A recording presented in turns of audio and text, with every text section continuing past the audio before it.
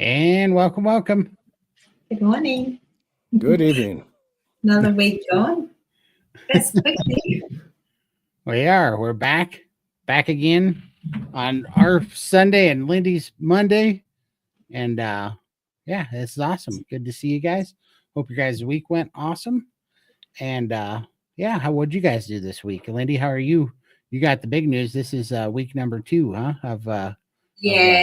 So I had my pre-op appointment last Thursday, and he's very happy with me. The scar is healing beautifully.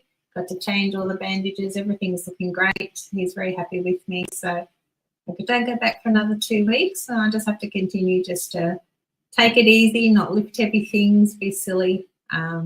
Make sure that scar heals up nice and clean. But yeah, no, all thumbs up from him. So it's awesome. Yeah. That is incredible. Well, and I can tell you from talking to Lindy all week, well, she's supposed to be resting. She's not resting at all. No. She's running through here like she's on fire. Scott needs to turn the Wi-Fi off, and then she'll be resting. He does, Scott. He took the week of the month off to help me, and he's the one sleeping on the couch. I'm like, go, and then he comes back over and sit down at night, and he's like, "Oh, you're looking a bit tired." I'm like, "Yeah, I've been busy." Wow, but no, I'm not doing anything crazy, silly, just mentally working. So, and I love it. I need to keep my mind busy and active and feel like I'm achieving something. And it makes the time go faster too. So. Yeah. I can't just sit and do nothing. But that's incredible. Yeah, you're healing up so fast. It's amazing. I see all your energy every day. I'm like, where do you put it? That's awesome. She's a little Energizer bunny now. That's a fact. I got 9 kilos less than me to worry about now. Like, yeah, it's pretty good. Yeah, I'm feeling really good. A lot lighter on my feet. I just have to be careful I don't overdo it. And yeah, I've tried. We had this chimney that my son-in-law brought over yesterday, and they were like, I was just about to go and pick up the base for it. And I'm like, don't, Lindy. You're not supposed to be lifting anything. So I decided I had to tell them where to rearrange my garden. So wow. Yeah. Tim's over here trying to pick a fight. Tim, always try to get me in trouble there, Tim. Tim, I want you to know that my family actually did send me a new baby picture of myself. And I haven't seen it yet. And I have not put it anywhere near you vultures online. And this one's not coming out, but you would love it. It would be the most incriminating one yet. There's even a butt sticking out. And was it a bath photo or something? It was a naked 20-month baby picture. And I was laughing going, Michael and Tim would pay money. They would hire professionals to try to find it. I'll have it by the end of the show. But what was funny about it was I asked my mom, asked mom when that was. She goes, I think you're about 20 months old. I'm like, I'm looking a little chunky in that picture. She goes, yeah, I think you're around 50 pounds, 51 pounds, if I remember right back then. So I didn't know if that was big or small, but then I looked at it and that was big. Large. Yeah. Yeah. So I was always a chunk for sure, as it would turn out. But the funniest part was I looked at that one. Michael would pay money for this, and so would Tim. They would have this plastered all over the internet. I'll get it. You evil friends. So it's great to see you guys. Let's see. Do you guys have any? Put your questions in the chat with a capital Q. We'd love to get to them. And then, yeah, it's been quite the week, and I was gonna give an update. We're gonna start pushing out the Montana meetup here real soon for everybody that's been messaging and asking. And we do have some people confirmed. It looks like the Healing Humanity team, so Carrie Mann and his crew is going to be out. The Steak and Butter Gang, absolutely. Bella, the Steak and Butter Gang is going to be out. Looks like we got Chafee confirmed and L. And like I think Dr. Sean Baker's like a 80%. So we are waiting for some confirmations, and this thing's starting to fill up. So it's going to be real fun, and tickets will be going on sale here in about a week. And you guys can start making plans. So it'll be for the 4th of July weekend in Montana, Bozeman, Montana. So that's awesome. Welcome, welcome. All right, Michael.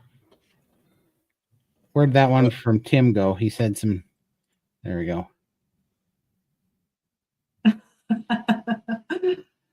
Tim, I can't wait until carnivore heals you enough that you're completely and totally well again and you stop eating frozen meat. That would be the telltale sign when Tim stops eating frozen meat. All right. Oh, and also everybody go check out Tim's interview on Dave Mack. Tim just did low carb life. That was awesome. Should we get this out of the way with? That's down at the bottom. Yeah, let's do it. Lindy, hide your face. Go run. Lindy hates it when we do this, but we're trying to finish the goal on Lindy's GoFundMe so that she doesn't have a bunch of bills, and we're so close. We are at, what do we got? 89%. So we'd love to push that out there for all you guys that don't know.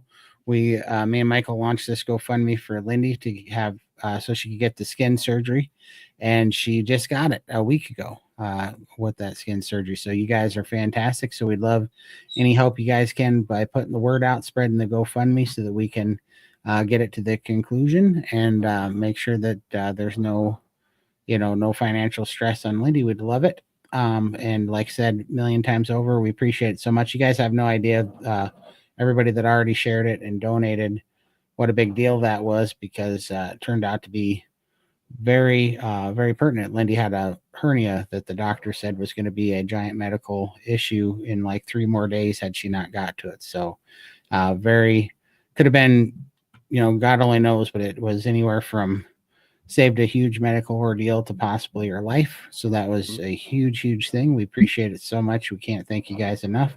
And like we said, we understand money's tight for everybody. So, and we don't do this ever, but, if you we appreciate it. If you have $1 to put in there, we appreciate it. If you don't, just pass it along on social media and spread the word. And we appreciate it. You guys are incredible. It's scary to think that I had this huge hernia inside of me, and I just had no idea it was there because of all the loose skin. Like, I had no idea that was brewing inside me. It literally, the surgery did save my life, and I was so close to cancelling, and that would have been the end of me for sure. That had happened. So this surgery really saved my life. I truly believe that. Man. Well, everything happens for a reason. When you say, what does Bill Knott always say? He says providence, right? Yeah. Yep. So that was the case for sure. It was meant to be. And we appreciate it. Without you guys, who knows what would have happened. So we appreciate you guys so much. And let's see, do we have any questions yet? We do. All right, here we go. Getting on to the Q&A. About Scott being home. Oh. So I thought that counts. Resting up really well, so no. Happy husband, happy wife, we're all good. Scott's on a swing shift right now. He's resting up in case you need him. He's still in bed. It's like 11 o'clock in the morning and he's still in bed. Like, he's really enjoying his holiday. That's awesome. Tell him we need our live cam feed out in at the zoo. Yeah. Yeah, Ella said now we should go for a drive, and I think Josh share that. koala video the other day in the chat. Did you see it? Yeah, I did. That was awesome. Yeah. I know that thing making all the noise that was sitting there grunting. I was It's like, a man, mating call. oh, that's what it was. I thought he was crying. I was like, oh yeah, it's Monday. He's crying because it's Monday. No, he was calling for a mate. So I sent it to Bella and said he's waiting for you when you come back to Melbourne. That's funny. That's funny. It's super cute. Let's see. Yeah, Tim's on no carb life. That's awesome, and so is Thomas Target Primer. Go check theirs out, and also Missy Alyssa, her interviews there as well. So go check that out. And Lindy, you have one there too, don't you? I do, and so do you. I do, and Michael's the only one that's sitting here being all exclusive. You guys should be glad. I have. It's to us. Yeah, I'm very, very protective of Michael. That's awesome. All ours. I sous vide my steak today. Yum, lamb chops too. Exactly. Sous vide steak is awesome, and you know that's this thing. That's where you get your variety. Everybody's like worried about carnivore not having variety. Texture is variety. That's right. Different ways of cooking it. Yep. Yeah. So different cut, different texture, different cooking method. Man, different way you cut it. I mean, it's crazy. It really is. So that's awesome. Alyssa sent me a video. I'm going to screw up the name now, but it's I believe it's a Brazilian or Spanish. I can't remember. Hold on, I'm looking it up. I think it was like Vicio or Vicia Brazilian beef cut. Looking it up. Oh, I just got to go to my email because I ordered two. I made it 3 minutes into the video and it looks so good. My mouth was watering and I ordered 2 cuts of it. And I'm really mad because I paid for some extra shipping to get it here soon. And it hasn't even made it on the dang truck yet, which is really annoying. I got it from Grand Western Steak Sales. And I'm going to look this up so I can see what it was called. I'm going to send a text message to the Basset Hound so they know it's coming. Oh, those little turkeys. Yeah, guaranteed. He's probably got my my FedEx alerts on his phone. He's like, oh good, we got a steak incoming. That little turkey. So I did a brisket in the slow cooker the other day, and the meat is still dry. So would a sous vide fix that if I was to sous vide it? Yeah. So I'll say that again. You did a what in the slow cooker? A brisket. It was a large brisket. Oh, yeah. Okay. So it's almost dry. Even it's pull apart, but the meat is really dense. How do you make it soft and? Well, sous vide definitely helps. So my favorite brisket, as far as texture goes, is, I mean, if you smoke it, if you have a brisket and you smoke it for like, how many pounds was the brisket? Or kilograms? It was a big piece, but yeah. But how many kilograms? Was it like 6 kilograms then? Probably about 2 or 3, I think. 2 maybe. Okay, so it was only about 7 or 8 pounds. Yeah, that's there we go. Vasio. Yeah, that's what it is. That's the meat. That's the cut. Yeah, I mean that's kind of so.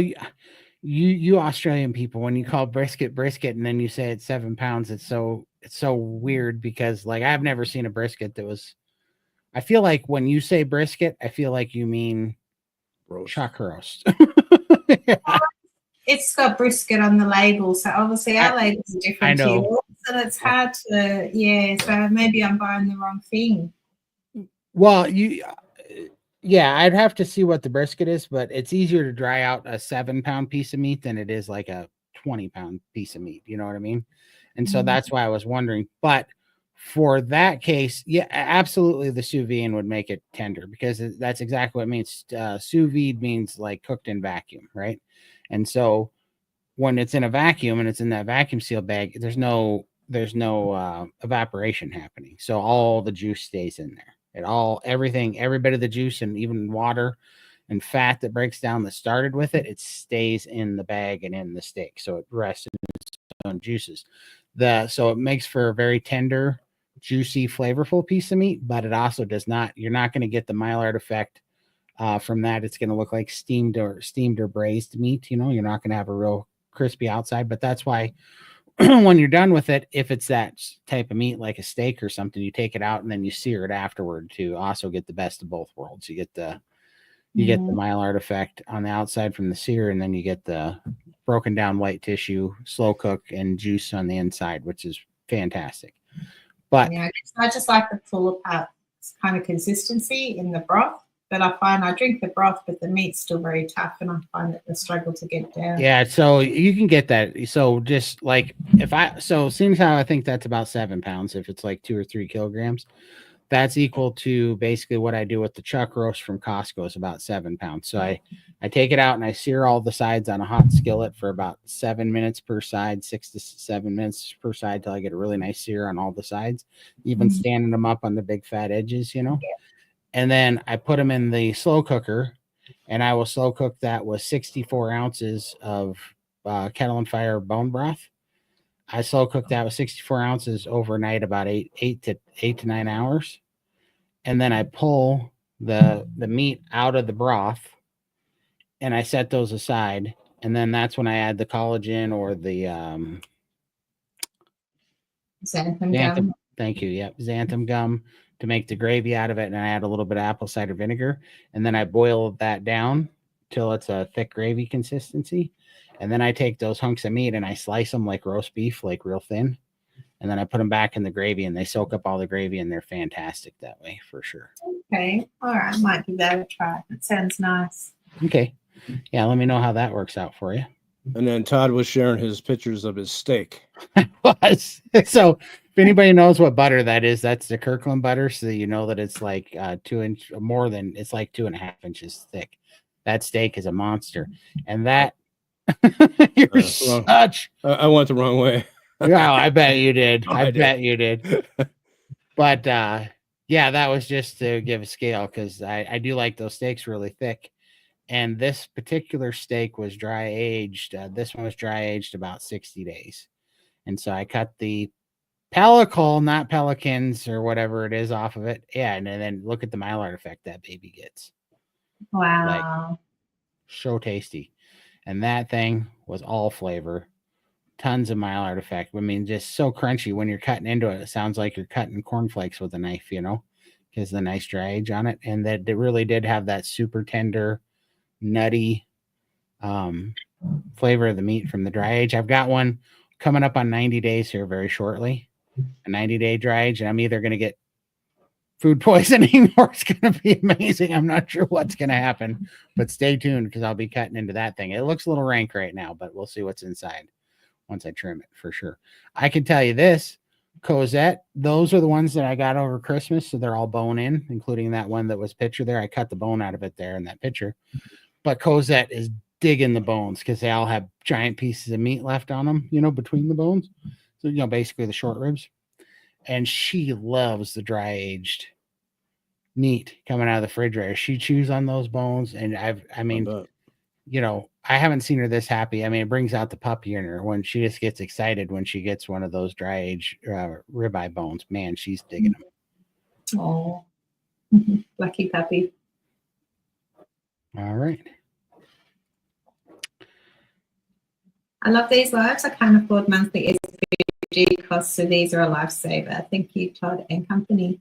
You can join the free forum. They do have a forum there where you can chat with other members. The team also lurk in the free forum area as well, so you can chat with someone literally 24/7 all over the world. So the challenge is the extra part where you pay for the challenge, but you don't need to be part of the challenge. You can still be an SVGer without being in the challenge. For sure. All right. Let's see what's next. Todd, I hope you get us.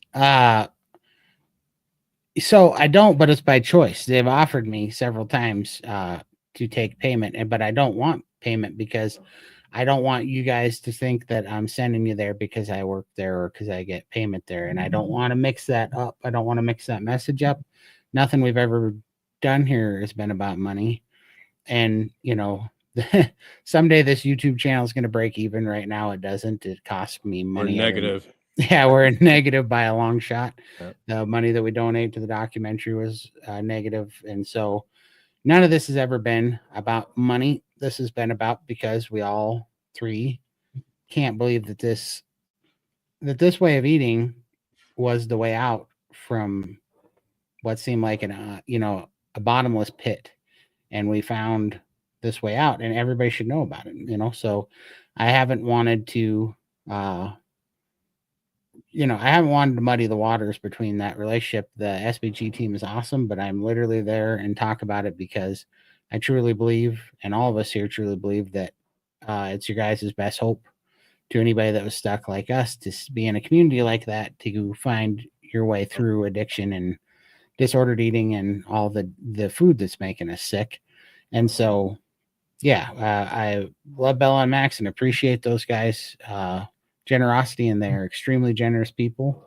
But that is not a money thing at all, and I don't even want it to be, because I want to continue to always be able to tell you guys that I don't get paid to send you over there, because I do not. I don't get paid to be there. I don't get paid to send you over there, and that's never going to be the plan. At some point, and I mean, it is opening up opportunities for me. Like I'm I'm such a bad YouTuber. I haven't done it yet, but I like carnivore bars. I got 6 free carnivore bars, and I'm like, I have an affiliate link, and stuff like that came from that, because it's making us a little bit more well known. But I haven't started making the videos on carnivore bars because I just have an aversion to trying to sell things. I'm not trying to do it, and neither is Lindy, and neither is Michael. Lindy hates the fact that we ran a GoFundMe for her, but the only reason why we did was because Lindy was on a waiting list for over a year, and her stupid medical system in her country, much like our stupid medical system in our stupid country, doesn't cover real things that would really make your life change. They would just want to cover drugs, and they want to cover keeping you sick and managing your sickness. But boy, if you get healthy, lose 500 pounds like Lindy did over 3 years, and just need to get all the skin off so you can live a normal life again, well, they call that elective surgery, and that's not covered. Just is so annoying. And then look how important that actually ended up being. If you would have listened to them, you could have died.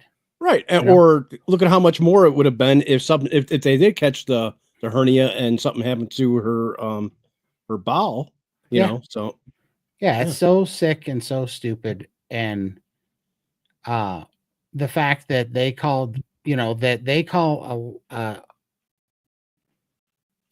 trying not to say the words. They call the one picks and the fancy shots for losing weight, they call that necessary. But they call the skin surgery that saved her life, literally found the hernia that was killing her in just a few more days. They found that, and they said that wasn't necessary. But the stuff that's making people go blind and have cancer and have permanent gut paralysis, well, that's medically necessary. But the surgery that saved Lindy's life was not. Think about that for just 5 minutes. And that's also why we ran that GoFundMe. We're not about selling a product here at all, but sometimes the cool thing about being in this community is when we can make some stuff happen and reach out, and it's, I don't know, it's almost like those co-op insurance companies, right? Where you do a private insurance company where everybody pays in just a little bit. It's real affordable. And then when something bad needs to be fixed, the money's there, type of thing. That's kind of how I've been looking at it. And I hope to make it bigger. I hope to see that be a bigger thing so that we can find a way to make YouTube get us enough views to YouTube pays us money, and we can use that money to, I don't know, buy people meat, yeah. Do skin surgeries, all that stuff would be super fun. All right. Here we go. Hi, Anna. Happy you're healing up so well, Lindy. Do you know if it would have been much more expensive for a full tongue tuck that involves stomach muscles, etc., as well, versus, I think it would have been a lot more, but I am not at the right weight for that. I still have a lot of weight to go. This was purely for my quality of life. Carrying a 9-kilo flap of skin in front was impacting my life, exercise, movement, I was off balance. It was really difficult to live like that. And I did suggest to the surgeon maybe I should wait until I'm at my goal weight before I have the surgery. He said, no, it's impacting your quality of life now. I think you should have it. And he was right. It's the best thing that I've done. I now not ready to, but I actually want to get jumping on the treadmill and doing a lot more things. And because I feel so much lighter on my feet, my clothes fit better. It's just made me so much more happier and wanting to do a lot more with my life. But the skin was getting me down. It was depressing me. I've been carnivore 3 years. I've lost 500 pounds and I'm still overweight, and I had the skin impacting me, and it was really starting to make me depressed. But I've got a new lease of life now. I feel so much better without it. So, later on, maybe that's something I could consider. Honestly, I probably won't. I think if I'm still going to have more loose skin coming with the more weight that I lose, but I can fit into compression gear now, and I'm happy with that. So compression gear wasn't an option for me. I just had too much loose skin before. So I'm not looking to look like a Barbie or whatever. I just want to fit in my clothes better and be able to move around. So it's more, this surgery was more for that, improve my quality of life. For sure. And from where I'm sitting, it did just that, because I can tell you've been happier and more. You can see that you got your spark back, and you were losing it a little when you thought you weren't going to be able to get that surgery, because which is exactly why, it's kind of funny. But before I ever started my YouTube channel, that fleeting thought was in my head. If I could ever have a YouTube channel big enough that would help me get some extra funds, I would love to sponsor people's skin surgery, because that's a big question that people have. They're like, well, aren't you worried about the skin? And Lindy's the perfect one to answer that now. Like, Lindy, are you, are now that the skin's gone, would it have been better to not lose the weight and not have the skin surgery and go through that? Or is this better? Oh my God, this is so much better. Yeah. But not having it was bringing me down. It was like, I might as well just go back to how I was, sit on the couch and be miserable and not be here anymore, because it was impacting me so much. So this has been a game changer for me. When you've got a lot of weight to lose, you do have a lot of skin, and fasting and all that's not going to get rid of it. It's just way too much skin. But it was becoming an issue for me, and I was getting very depressed about it. Yeah. So, yeah. Yeah, and it's awesome. It's awesome if we know that there's something to aim for like that. To me, it's just like, I don't know, there's something almost ceremonial about the skin surgery, of closing that door, of being that old person once you Getting finally it behind you. Yeah, you have to change. Yeah. Yeah, like it's like making it a done deal. Yeah. Like, otherwise it's still there. Well, I could, like I could gain it back. I could, like you're just saying, no, I'm drawing the line in the sand. I'm not going back to that. I would be scared to death to do that if I had done that with a shot or something, or a pill. But the thing about doing it through carnivore and healing is that once you Natural way. that you're free from it, then you're just like, yeah, it's time to put that behind me. That is not my problem anymore. It's gone. It's done. I'm not going to keep dragging that thing around with me. And it just lets you look at the future in a different way. I mean, I can see it from here, and I'm not there yet. I can't wait for a year or two from now when I get all this crap off. It's going to feel weird to not be that big person that you used to be. Yep. Yeah, the only person I ever was, Right. It's going to be weird. Yeah. It's what you used to dream of, that person. It's finally a reality. Right. And speaking of things changing for everybody, Lindy's going to be here. So, Lindy, you want to talk about this? Yeah, Carnivore Collective, or Carnivore Live, that is called now, is going to be in Melbourne in April, and I'll be speaking with Bella. So in front of a bunch of people. I have no idea how many people's going to be there, but I am really scared. But yeah, I'm going to do it. I'm going to have carnivore confidence. I'm going to break out of my little shell and actually jump up on stage and have a chat with Bella and tell everyone about my story. in front of a whole bunch of Aussies. I don't know many Australian or Melbourne Aussies, so I'm hoping that it will sort of start a bit of a spark down here and get a bit of more of a community happening, so we can have some events and some stuff going on down here, because we kind of miss out on all the events over there in the US. So I'm very excited. I'm so happy that Bella's going to be there, Dr. Kiltz. I'm not sure if Dr. Chafee's coming. I'll have to see. But yeah, it'll be lovely to meet everybody again. I'm trying to get Todd to come down, but I know he's got a lot on his plate. I'm so close. I will definitely, like, I didn't realize this was coming back around this quick because Me either. so many things happening, but definitely I'm going to get down there, but it's probably, here's why. I'm just being straightforward with everybody.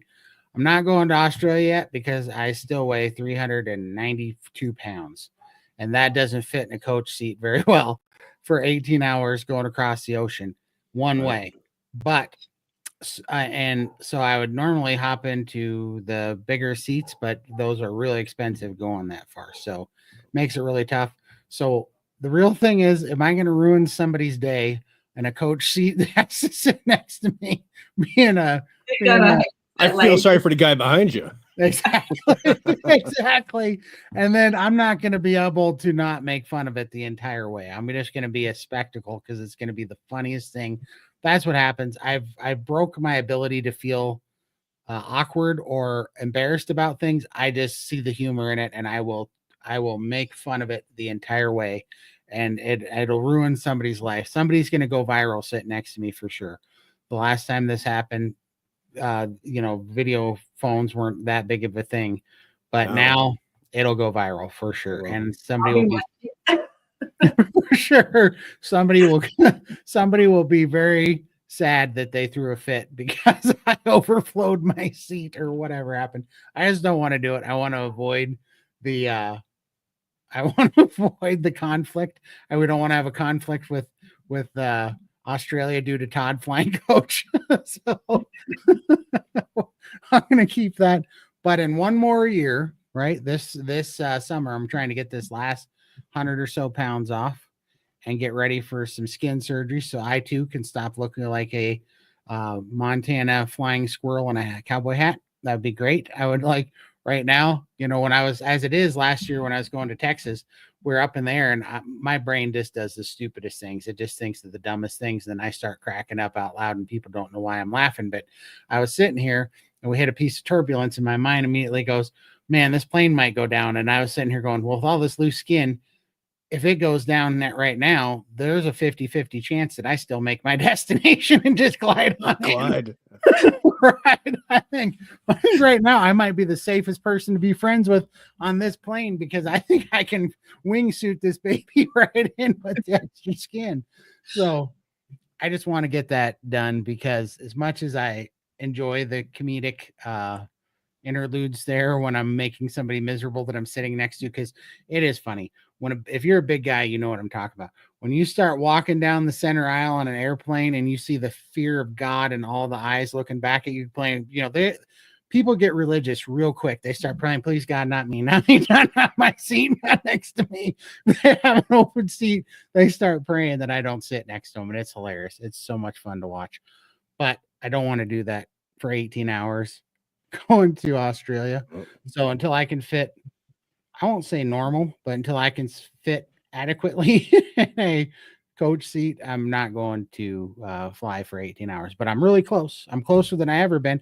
I'm a 1 seat belt extension fella now. That's a huge bonus. I used to be a 2 seat belt extension fella. So we're getting real close. That's huge.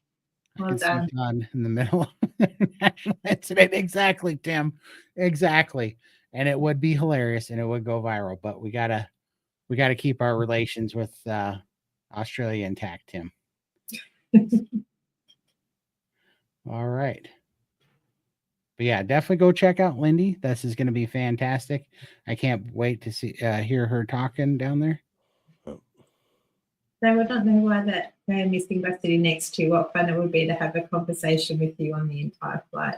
Exactly right. Or they get a headache. Yeah, ask Michael. Michael's like, could you please shut up already? stewardess, can you change my seat, please? You know, I can hear Michael be like, "Hey, don't look now, but the guy in the hat smuggled the bomb in his pants. Get him out of here." For sure. That's not lymphedema. Sorry, that was probably too specific, but funny if you.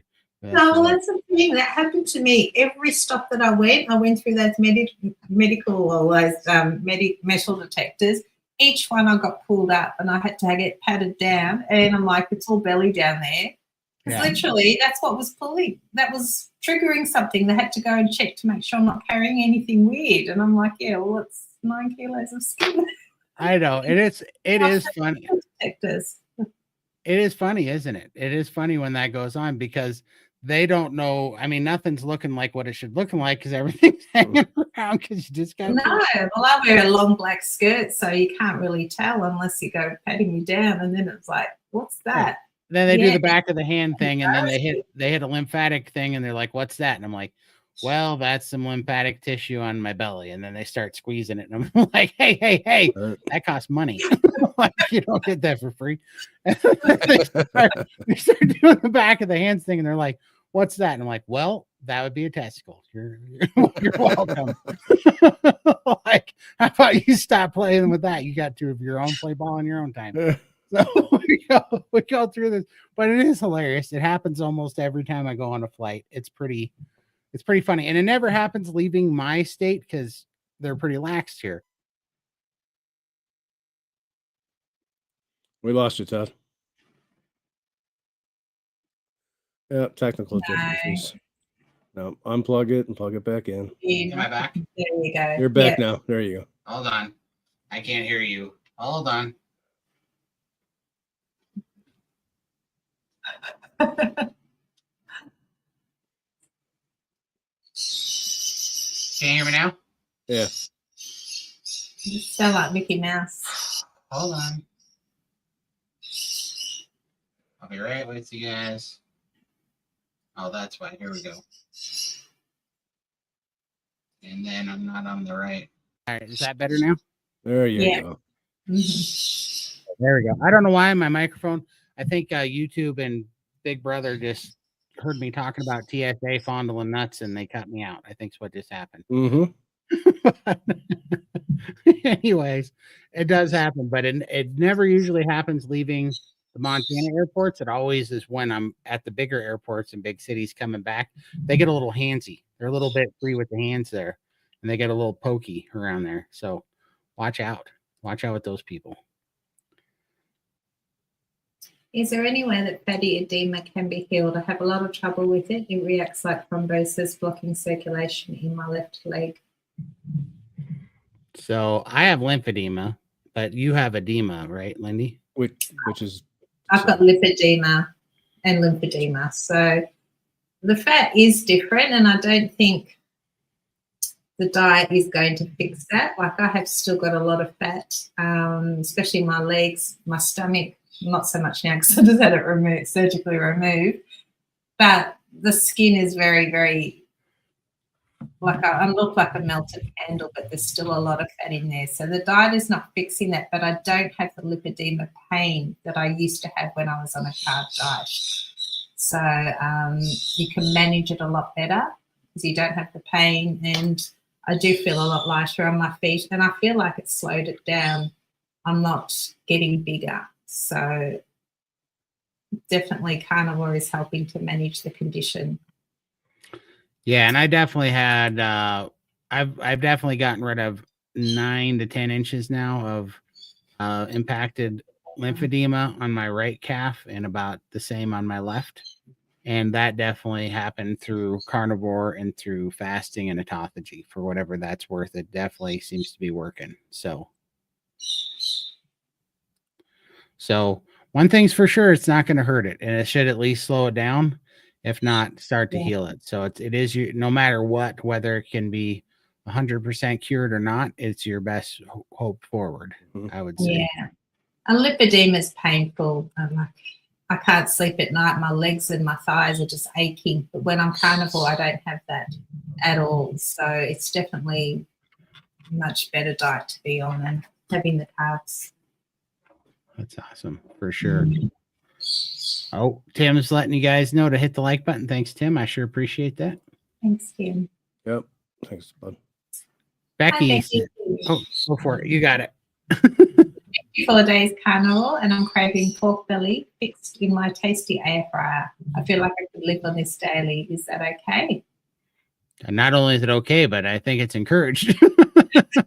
Yeah, for sure. I mean, we can definitely say it's Dr. Phil approved. Dr. Phil and SBG, that's his favorite carnivore food too, is pork belly in the air fryer, I believe.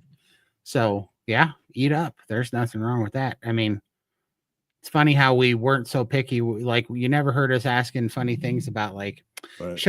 are the double stuffed Oreos really more, worse than the single stuff or the white fudge covered ones, Right. like we didn't care. And then we like, if your body's craving it and it's good, healthy protein and fat, eat up, take that down as much as you want, I love pork belly, but I can't eat it because I feel a bit sick afterwards. I don't know what it is with pork. Even bacon can make me feel a bit funny. So I have to stay with the red meat, the ruminant, which is a shame. I love pork belly. All right. Lindy Sandra getting done in time to save her life was definitely a God thing. I Yeah, agree. my mum's looking after me. I truly believe that. 100%. Oh. Oh, there we go. Absolutely. Thank you, Thomas. All right. My kids just came home with Girl Scout cookies. It's a bit triggering for some reason. I guess I wasn't mentally prepared for surprise sweets coming into the house. Get that bacon going, get some eggs, eat up the meat. Those aren't Girl Scouts. They're drug pushers in skirts, for sure. They're just unionized little drug pushers. Is what's going on, for sure. No, yeah, it's a drug. It sucks. So exactly what Lindy said. Just get your feet under you by staying full and fight. The absolute best way to fight any of those cravings and those old triggers is definitely by putting yourself in the most strength and posture you can be in, which is going to be satiated and full belly, full of good carnivore foods. Gives you the power to fight that, for sure. And they ended up changing the Girl Scout cookies recipe a long time ago. What, about like 10 years ago? And they're not even good anymore. So why would you want to even eat those? Oh, they probably took the heroin out and put more sugar in it to make it more addictive. Is probably what they did.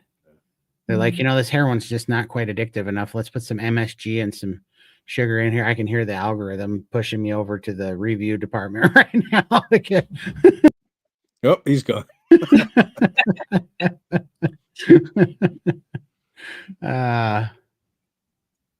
Hi, Sandra. I've booked my ticket and accommodation to go to the meetup in April. My first meetup. Excited to be among my tribe. Come and say hi. Yeah, I'd love to meet you. So come and introduce yourself. Sandra Stitches. So yeah, reach out and say hi. Definitely. For sure. Yeah. Well, I got a call from my daughter and she says she's trying to carnivore. Been trying to get her to do for 2 years. Oh, that's fantastic. That's awesome. Congratulations. I can't wait. You must have been a good example for her then, Lori. Oh, Ella's just gone on a health kick. She came home yesterday with vegan mayonnaise and she did buy some ground beef, but yeah, lots of veggies, and I'm like, really? Not real happy. Well, she's got to learn the hard way, apparently. I know.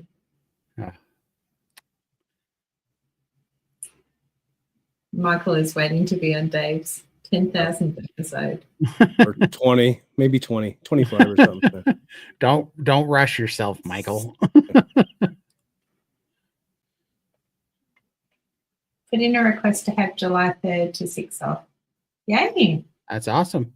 I'll see you in Montana. The weather is fine usually that time of year. It's not too hot usually. So be happy to have you. The food's going to be good. I can tell you that right now. So if I do manage to come up, can I have fireworks on the 1st? Because that's my birthday. For sure. There's not going to be any shortage of fireworks if that's what you're worrying about. One big bang, the really big one. Make sure you keep your distance. Look, my car will be here in Melbourne, so I'm okay. That only happens about every 18 years or so. So you're good for a while. I second that. Cooking classes with Todd is what we need. I'm working on it. That is actually, so it's finally warming up. In fact, I'm about to have to go open the door because it was, I don't know, it's getting hot in here and I'm starting to sweat. But it's because it's 39 degrees outside. What are you going to do, man? It's a heat wave right now. So, but the snow's melting, and I'm definitely going to be moving some tables outside. And I'm going to make a little cooking area in the garage, and we're going to do some cooking stuff in there. I was trying to figure out how to do it because in the house here, it's tight quarters, not easy to film, and Cosette's going to drive me nuts if I'm cutting up meat here. I'll never get a clean shot of anything because you're going to see Cosette's face, and they're trying to get it off the cutting board, a little tongue, a little nose sticking up there all the time because she is a turd. As soon as I pull the camera out, she knows that I'll do anything it takes to get her to go away. And so she hijacks me. She just blackmails me, and I have to throw her full-on ribeyes out the door to get her to leave. She's too smart is what's wrong. I just want to put this up here, but for when Lindy goes to watch fireworks. That's a fact. Do not do through about July 1st through the 5th. Don't be in my van. If you could buy only one, would you choose a rebounder or a vibration plate? Well, it depends where you are on your journey. I was just going to say that. Yep. My vibration plate was what I needed to get started. There was no way I could get on the rebounder at all. But now I like them both. I would buy them both because I live with my vibration plate under my desk because I work a lot at my desk on the computer, so I have that going all the time. And I've got my rebounder here, so I jump on that every time I go to the toilet. Well, not at the moment, but once I'm cleared to exercise, when I go to the toilet, grab a drink, I jump on that for 5 minutes, then sit down. So that's my kind of little routine that I do. And then when I'm sitting at my desk, I have the vibration plate going pretty much all day because I love it.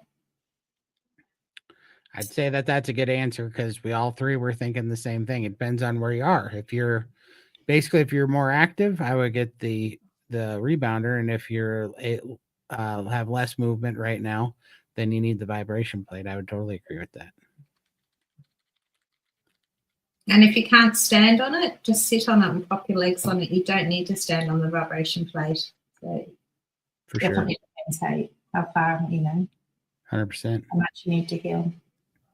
I found salt. Sorry, I found salt curing in the fridge makes the best steaks and roasts. 100% it does, man. I love, and I'm starting to scare myself. I'm starting to like the funky taste of the old steaks. It starts tasting a little bit nutty and it's got a little beefy kick to it that's kind of reminiscent of like aged cheese. And I'm not hating it at all. And it is what the weird long dry aged steak people start to really go after, because that's when the texture gets really good. And it's kind of messes with your head, but it's delicious. I sometimes look at pictures of people who are my height, who are normal weight, and these awesome pictures of women with six packs pop up. Afraid it's distorting my expectations. Well, that's a good topic. Like, why? What is normal exactly? I mean, like, look, obviously, me and Michael and Lindy's weight isn't normal because it's not optimal and it's not where our body would want us because it made us sick. But I'm also saying, being all veiny and sub 10% body fat in the single digits and looking like you possibly just got dehydrated, dehydrated and baked in the oven or something. You look like a overcured, like orange fruit leather or whatever you call those things. Like, I don't know. I don't think that that's normal either. And the idea that that's been pushed is normal. But what if, let's put all the nonsense aside, but what if this is the lens that I've see things through now all the time? What if you You know how I think that the calorie in, calorie out, calorie restriction bull crap is just propaganda to keep us from looking at the food and rather, make us the problem, look at the food. But also, what if making images of everybody looking like, these malnourished skeletons also makes trying to make us believe that that's normal. Maybe that's also a little bit of a propaganda because they're trying to put something in front of us that's almost unachievable without a ridiculous amount of suffering, right? To restrict yourself until you starve, and you do this. I mean, isn't that what they call like anorexia through exercise or whatever? Like when you exercise that hard that you get to a malnourished state because you're not eating and you're exercising all your fat off. Like evolutionarily wise and just for body health, why would you ever want to be down to where if you missed like if you got trapped on the side of the road and you went without food for 2 days, you started having organ failure or eating your muscle because you had no fat on you whatsoever. Or if it was cold outside, you couldn't survive a 20-degree temperature change without it being absolutely deadly to you because you had nothing to burn for heat. Like it doesn't make sense. I don't see that in, I don't think that was healthy either. I think somewhere in the middle is right. But it's weird because I do think that that's some sort of weird body dysmorphia. And I wonder if they push it for a particular reason. I wonder if that too was part of some psychology that they know to dangle something out there to that's something that's going to be unachievable for 99.9% of the people so that they can say, because you're not getting here to normal, you're broken, right? This is your fault. This is a you problem. That seems to be the complex over and over again that they're pushing. What do you guys think? Yeah, I see a lot of commercials, like fast food commercials, where they're all young people and having on the beach, frolicking around, playing with the ball and having so much fun, and people want us to have that life. And see, they all look amazing. I'm never going to look like that, and I don't care. Like I can still do all that, and I just have to change my expectations, not compare myself to other people. Yeah, and I think maybe our views are different because we're coming from such an extreme way. We know we're never going to look like that. We've got the loose skin and all that, and we accept that. Whereas people that are much closer to their goals and don't have all the wanting those really cool results, and that's just something that you've got to love yourself for who you are and not be comparing yourself to other people. And I just think it's unhealthy to do that. Just focus on how you're feeling and enjoying your life. Why do you want to count calories and all this stuff all the time? Just let it go and just enjoy your life. 100%. If you look at the population now, well, we're at 75% of the population is overweight. So how is the normal 6-pack abs and everything else? It's not. The new normal is overweight. Well, and you've heard me talk about that, but I think that's obviously true too, but I actually don't think that the new normal is overweight. I think the new normal is that our condition in what they've done to our food environment is absolutely normal to be overweight in this food environment. I don't think, just like what you said actually cannot be true, Michael, because you can't be overweight and normal at the same time. In the term itself, overweight means over what we're designed to be, right? But you're 100% right in the fact that in this food environment, the way they screwed up the food, that the normal reaction to our food environment and how they've messed up the food is to be overweight, right? To not be optimal, to no longer be as healthy as we can be, to no longer be as healthy as we were designed to be, because our food environment is no longer optimal to being as healthy as we were designed to be. And that's what I keep fighting this argument where I think that saying that addicts are atypical, because if we just get it all figured out and we learn to moderate well enough and we have enough interflexion and we use enough willpower, then we too can be so-called normal and typical. I don't think that that's true. I think that that's true when you're on carnivore. I think when you're on carnivore, then it's absolutely normal to be able to moderate carnivore foods like steak and butter and fat. Like, I think that's true. But I think when you are when that's your proper human diet that you were meant to thrive on, and then they start feeding you Chick-fil-A sandwiches that have 700 freaking chemicals in it, and we're inundated by that, I think that our this experiment of a food environment, I think the normal in that environment is to be abnormally unhealthy. If I said that right, I'm hoping that that makes sense, but that's what I'm saying. It's normal to be addicted and to be fat and to be unhealthy in the food environment we are in because we screwed up our food environment, but it's not normal. It's not our natural state by any means. And if we go back to our natural state, we don't have to be addicts. We don't have to be sick. We don't have to be fat, and we don't have to be plagued by this. And it's not, we all have a part to play in our own whatever, our own destiny. We make our own decisions. But what I'm saying is it's not what it seems. Is this does not boil down to self-control. This boils down to realizing that we are out of our proper environment and that our food's been screwed up. And if we do that, that takes all the bullshit out of it and we will get to where we need to go. But we got to stop playing these games like you need to, go talk about it and moderate Chick-fil-A. Nobody needs to moderate Chick-fil-A. I don't think anybody should be moderating Chick-fil-A or Burger King or McDonald's or Taco Bell or cheesecake or sugar or soda, Coca-Cola or any of that bullshit. We need to abstain from it, and we need to moderate, which we will do naturally, the proper human diet, as Ken Berry calls it, which is carnivore. That's what that is. And that's what I believe, and so I think I'm going to keep saying that. And I know it lights some people on fire, but the fact of the matter is I think that that's really true. And I think we all haven't even fully comprehended how much propaganda is out there that's playing with our heads, because I see it all over now. When I hear, you should be a moderator, it's like, I think we should, are you a moderator or abstainer? Well, for drugs, which is what I consider most of the food now that's in our food environment, which are all of these hyperpalatable processed crap.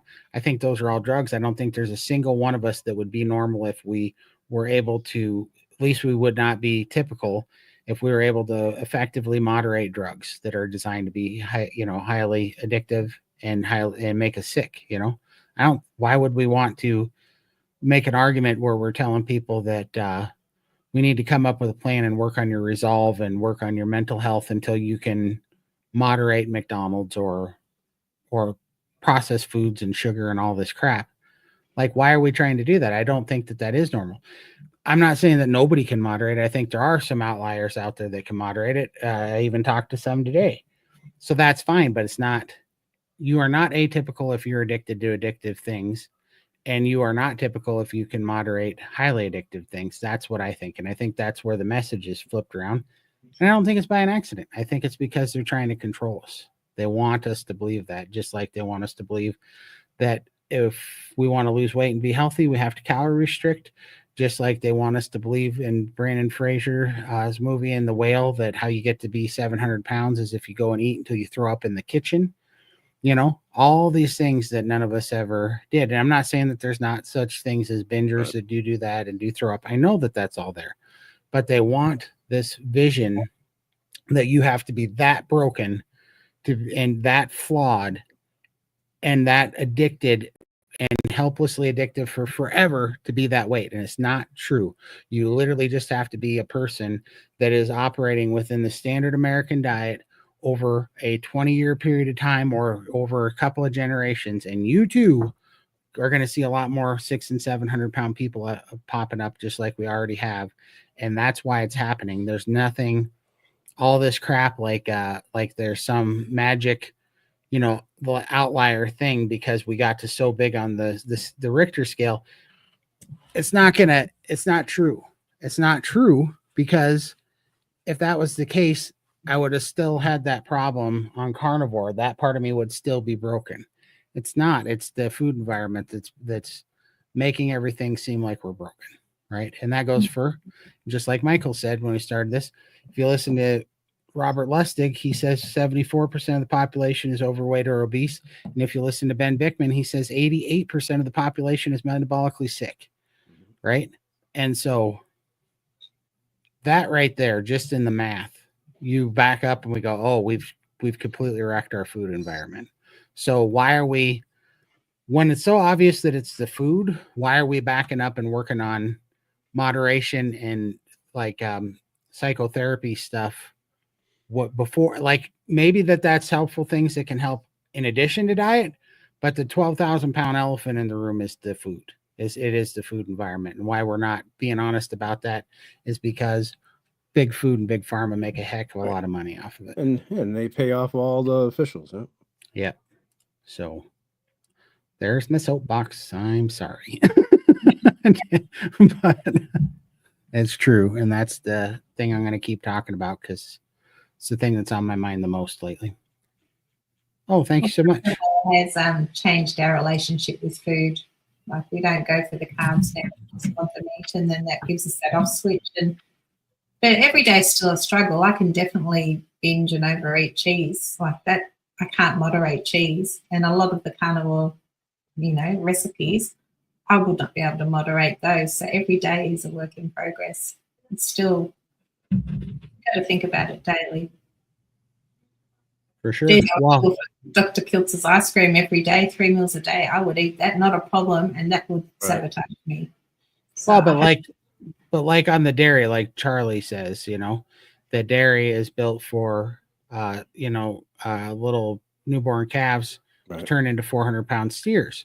You don't see a lot of, I don't know how natural it was to continue to eat dairy the whole time, or maybe it just takes some healing up to do too. Maybe there's some things broken in our broken in our neurological makeup or something. Could possibly be, and there could be all those things, and those are true.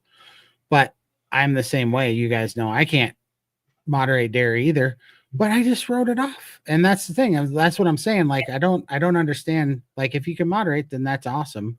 But I think anybody's playing with fire, like if, let's say it's not dairy, but let's say that it's more clear. Let's say that it's heroin. Do you want to try to moderate heroin because you think you can? Or is that going to possibly, like, what good is coming out of it, and is it going to possibly bite you in the butt? Obviously, I'm taking that to an extreme to make a point, because it's not the same as moderating green tea because you enjoy it. I get that. Right. I'm not saying that, but I am saying that, I know, because some people think that I'm saying this, and I'm saying that means if you're an addict, I'm telling you that you don't have to be an addict. What I am telling you is maybe this is just a difference in how we're labeling it, and it probably doesn't matter. But what I am saying is I don't think that I'm an addict anymore personally. But what I do think is that I'm every bit as vulnerable as being ridiculously addicted to any of the things that I was previously addicted to. Again, just like I got addicted to them the first time. Right. And the reason why that distinction makes a difference in my mind is because when I saw doctors and I saw dietitians that told me that, this is going to be a lifelong struggle because once an addict, always an addict, it makes you feel like, well, then why even try? Like if I've tried 1,000 times and I failed 1,000 times because I couldn't white knuckle it through this, and you're telling me there's no relief and no way through this, then why do you want to try? It just makes you want to pretty much eat a bullet. But if you do realize that, well, no, you can be free from it, but then people are saying, well, then that means that you're not taking seriously enough the fact that you can be that you can go down a slippery slope again with the same thing. And it's like, no, I think we have to recognize that addictive things will always be addictive, and you can get re-addicted to anything at any given time, just like you got addicted to it the first time. And that's why I'm trying to make this distinction. In my mind, this is what helps me separate these things. And maybe it's all semantics of just the way I'm looking at it. But in my mind, I still know and hate and stay away from all that stuff, including dairy, knowing that I could go down a terrible slippery slope. But also, because I could get re-addicted to it, and it could ruin me, because I could get re-addicted to something that was always addictive in the first place, and that it's not normal to be able to moderate addictive things. But that doesn't mean that I have to white knuckle addiction for forever and be scared of it and let it control my life, where I let it be a constant source of, just like the old cow restrictive diets, where I wake up and I go, "Is today the day I fall off the wagon and lose all the progress?" Right. Right. It was always in the back of your head. Yeah, right. Right. And that's why I make a bigger deal about this distinction, because I don't like, at least how I always took it, when they said once an addict, always an addict, all these things, and you have an eating disorder and that never goes away. You can learn to try to control it, but it's always going to be there and you're always going to struggle with it. Makes you just go, I can't. We all have that aversion to, how long can I white knuckle things? And what I think is being missed in that message is you can actually have freedom, that Lindy talks about, food freedom. You can be freed from that. And so I don't know how you can articulate to people that you can be freed from that and get the power back over that stuff, and also continue to say that you're an addict. I think a better message is to say, no, addictive foods are always going to be addictive, and you can get re-addicted to addicted foods at any time. And it's not normal to be able to moderate addicted foods. It's completely normal to get addicted to addictive foods. So don't eat them. Don't play with them. They're dangerous and they could ruin you. So don't do it. But as long as you do that, you could be free from it, and you can have food freedom, and you can live a happy, normal life, and you're not broken. There's nothing wrong with you. Everything is actually functioning really reasonably, considering the food that you were eating and the food environment that we live in. I think that's a better way of looking at it. That's what finally helped my brain wrap around it and go, oh, I should stop doing what Lindy said. Stop trying to, what did you say about the fasting? Revenge fasting and revenge dieting, revenge fasting to punish yourself. Oh, I slipped and I went on a binge on addictive foods again, so now I'm going to go beat myself up and be miserable and start again on the first of the month. Yeah, exactly. Spiral. Exactly. So I don't know. Let us know in the chat what you guys think, but that's that. I don't know. I think because I find myself on the other side of this now, which I'm blessed and happy and amazed to say. I never thought I'd get on this side of freedom, but I am. And now I'm trying to retrace my steps backwards of the reasons that I think made a difference, and how I actually made a meaningful jump to this side, and how it's working. And honestly, that mindset is the main reason why I think, obviously it's eating the proper human diet, but the thing that got me there and keeps me there is that mindset. And it's for a lot of reasons, because once I'm in that mindset, I'm also a little bit salty about the people that built this system against us and that have been using it to control us and to make money off us and profit off of death and suffering, which is happening all across the board, which, gives you, I don't know. Well, what Phil would say, a really good why, right? That's a pretty good why. So, yeah. All right. Sorry that took so long. Moving on. It's so nice to see you in there, John. Always smiling. For sure. John's awesome. He's one of our carnivore community members in SBG. And super sharp guy, has been doing carnivore a long time. Another super valuable member in there, as they all are. When is the July meetup? The 4th of July meetup is 4th, 5th, and 6th in Bozeman, Montana of 2025. Come and hang out with us. There will be more details shortly. We are working on putting the website, the event, and all the details together, but it's going to be big. So get on out there and I don't know, bring your quick reflexes with you. Stuff goes south in a hurry sometimes. Yeah. Park again on the other side. I've been wanting to reach out to a metabolic doctor with my labs to have them reviewed and see what they might recommend, or even have extra labs done. Any ideas? Sorry, my microphone just cut out in ears again. I'm just looking at it again. I've been waiting on.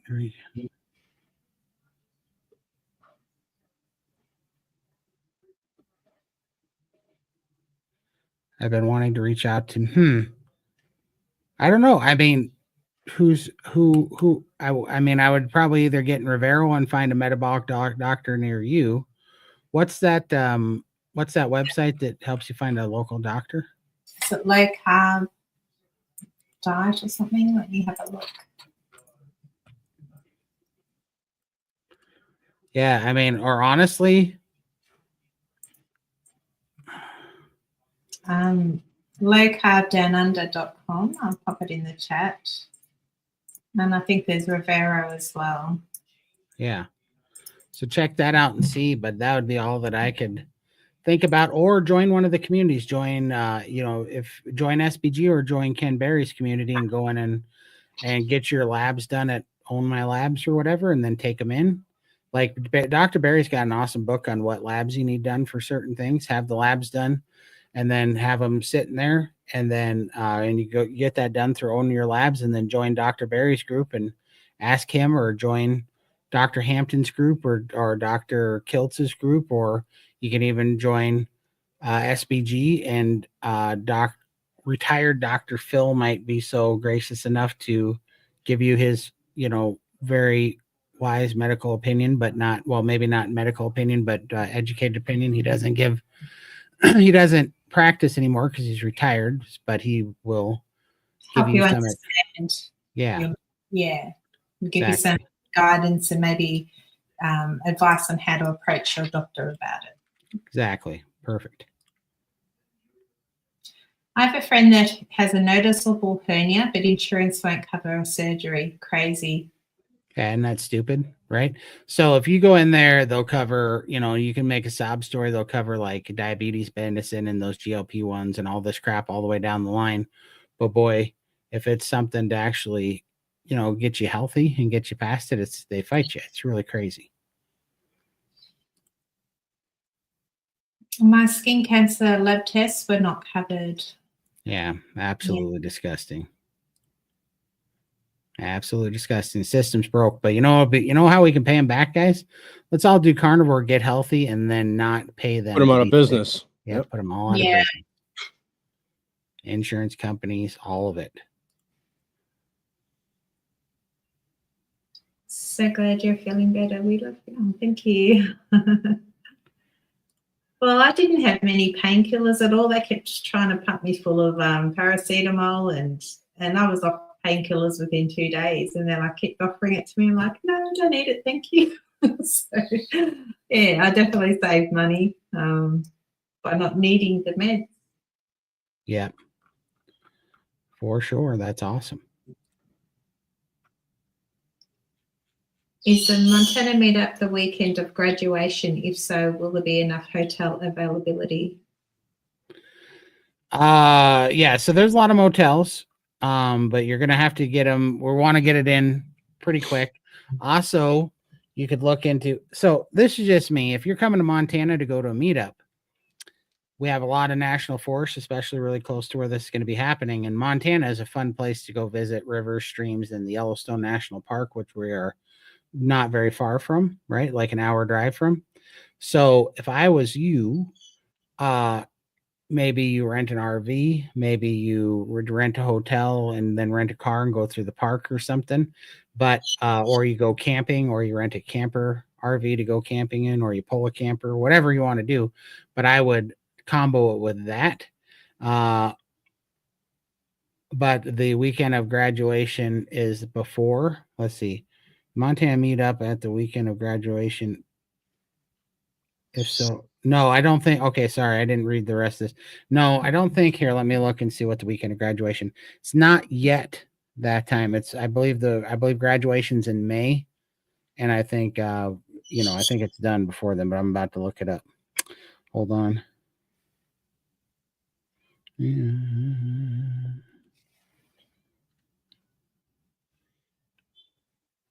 May 9th. Yeah. Okay. And now is that college or is that MSU, Montana State University? MSU. Okay, now look at high school graduation. Would you really think there'd be that many people coming to town for the high school graduation? Oh boy, yes. Oh, do they? Oh, yeah. Mm-hmm.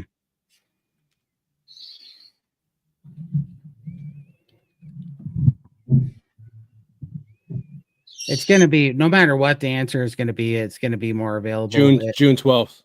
Yeah, so we're good. We're good. So this is going to be July 4th through the 6th. So yeah, you should be good. You still Kinda need to late. get it. Yeah, you need to get it locked up anyways, but for sure. All right. Todd, we have a lot of apple wood that I have used on a regular grill. How much, if any, better would a regular smoker do? Well, then a grill, it depends on the airflow of your grill. Like if you're losing a bunch of, like if your grill's not fairly tight and locked down to get to route the smoke and hold it in, then you're going to lose a lot out of the cracks. Like let's say that you're burning this, let's say you got a big round grill or a big square grill. I had one time that you could see, like it made me so mad. My wife bought, this was one of the things, like this was our first conversation where it's like, there's certain things you probably shouldn't buy for me because I should pick them out, because she bought a grill and it was supposed to be a smoker grill barrel combo because I had talked about it. And I said, and she was just being nice and trying to do something really nice for my birthday. But I wasn't really mad at her. I was mad at the grill company that they even made something so stupid. But it was the dumbest thing because you would close the grill, and the way the hinge mechanism worked on the back of the grill, there was a gap that you could see into the grill. I mean, a squirrel could crawl into my grill from the back side. There was so much air gap between the hinge. And I'm like, that can't be possible. But it was. And it was on the so-called smoker. Well, as soon as you'd put wood in it, all that happened is all the smoke would go out the backside of the grill. And I had to fashion some tin onto that stupid thing and try to make a dampener on it that would keep it all plugged in. Yeah, it was the stupidest thing. So long story short, if your grill has a bunch of open air leaks and the smoke's not going to be trafficked through the grill, like an offset smoker will have a smoke box on one end and then it'll have the exhaust on the other side, and it tries to route the smoke all the way through and then up out of the exhaust. And that's what you want. You're trying to route the smoke around the meat, over the meat, and keep it trapped into the to the smoking chamber. But when you do it with grills, they're not necessarily, unless you have a good quality one, they're not necessarily as airtight. But smokers, good, especially good smokers, are. So anywhere from, a good amount to a whole bunch probably is the answer. Like generally, unless you're using something like a big green egg or something, like those big green egg our grills are really nice. Like Gugu uses, they're pricey. They're, $3,000, $4,000. But unless you're using a big green egg that's really locked down and meant to be used like that, and it's just kind of a more of a,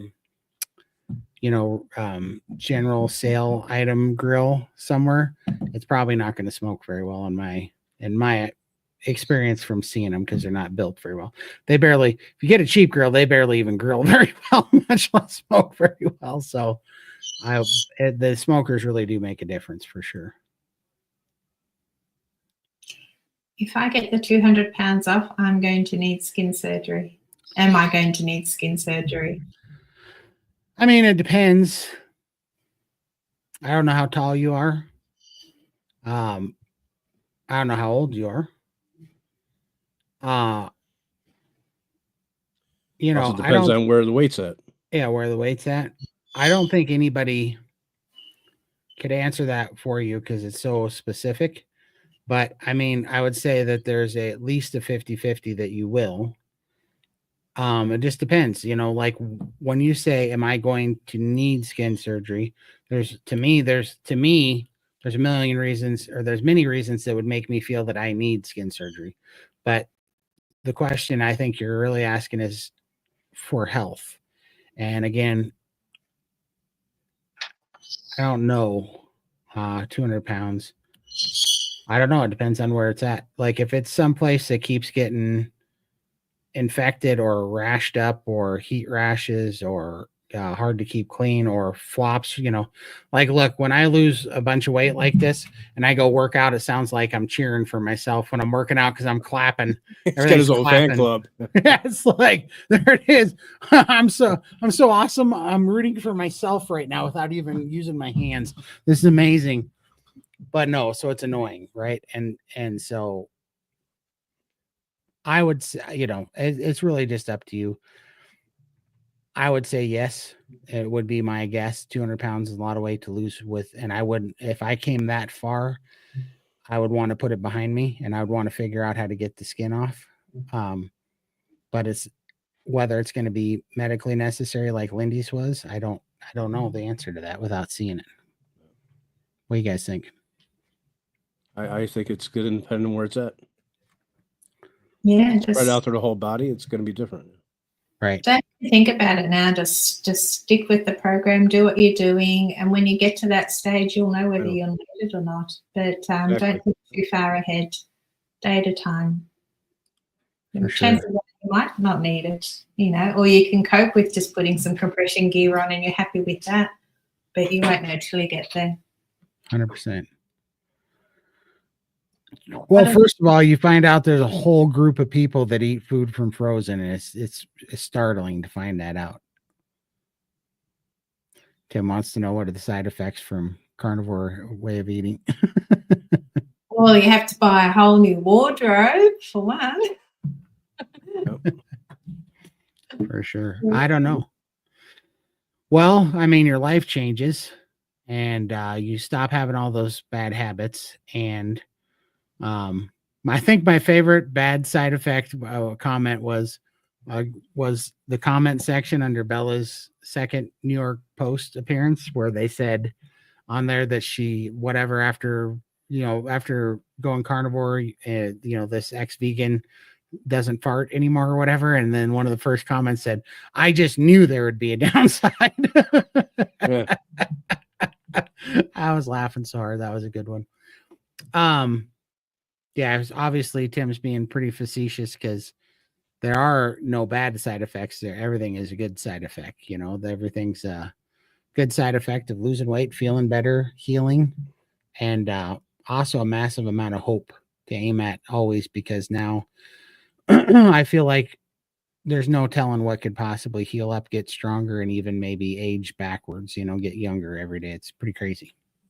And I can now sit behind the wheel of a car, so I've got petrol, insurance, registration. He said, please, I didn't have before, but yeah. I'm happy for that. Tim's being funny tonight. He is being funny. Tim, you're trust me, in another 12 months, you'll know what I'm talking about. You're going to be outside shoveling snow, and you're going to have a cheering section rooting you on. You're going to be like, what the heck? I vigorously shoveled and I clapped for myself somewhere. Well, if no one else is going to pat you on the back, you might as well do it yourself. Exactly. That's right. That's funny.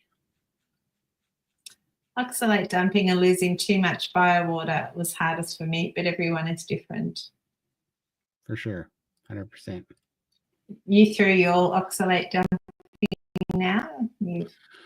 Well, I've got it at least rolled back because I've had 3 days in a row without inflammation and pain, and I don't look like a moon-faced crazy person. It's a little bit puffy still, but not too terribly bad. And that was all inflammation from those oxalates. Holy crap.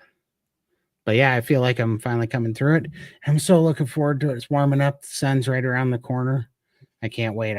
My body functions a lot better in the sun and the heat lately, which is also a really weird thing for me to say, because I used to avoid the heat like I was this heat and sun like I was a vampire or something. Now you want it, huh? Mm-hmm.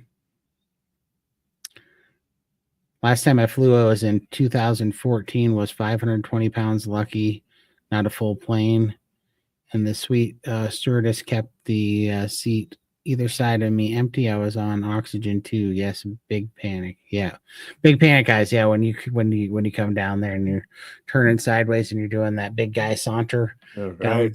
Yeah, and it's like in slow motion, and I just couldn't help. You just focus in on the faces of the people in pure panic that are trying to hold it together, but they're starting to back up, and the whites of their eyes are coming in. They're looking like, oh no. And then when you finally slow down at the seat, you see the person next to you go, and they just drop their head, and then they're trying to hold it together. But when they come up, their face is flushed and it's red and veins are popping out. And they're realizing they're in for, they're in for a rough Delta flight. It's hilarious. I feel bad, I feel bad if it's a nice person. if they're not a nice person, then I'm delighted. It's pretty funny at that point, but for sure. $3.95 now, but still won't fly until I'm 250 unless it's an emergency. Doug, I don't blame you. Unless you're big and you've flown, nobody might appreciate that, but 100%. Everybody that sees a big dude flying, he ain't flying because he wants to. Big people aren't flying because they want to. They have to. So, yeah. I mean, you can be mad at the big dude, but also be a little bit mad at the food environment,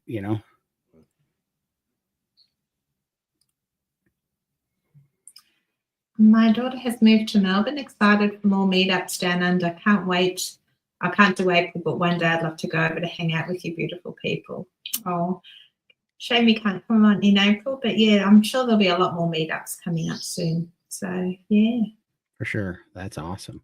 Yeah, it's starting to get real popular now that Lindy is going to be out there being a superstar and now spreading the carnivore world. There's going to be a lot more of them. They're going to be like, Lindy, when's the next meetup? Yep. No. I'm just excited, Bella. I actually said, they asked me to speak, and I said, oh, no, I can't speak without my team. I need to have my team behind me. Not thinking Bella would say yes, because she was just here in Australia in November, but yeah, she turned around and fooled my plans. Yeah. Anyway, when I went through security, my blouse alerted lots of ruffles in 2007, and when they started patting me, I told them I got a hanging belly. Yeah, it is embarrassing, isn't it? Luckily, I had women. They gave me the option to have a guy or a woman pat me down, and I'm just like, yes, please, a woman. And then I just had to make a joke about it because otherwise I would have cried. And I just started pedaling Todd, saying, just laugh it off. For sure. And I did okay. That's awesome.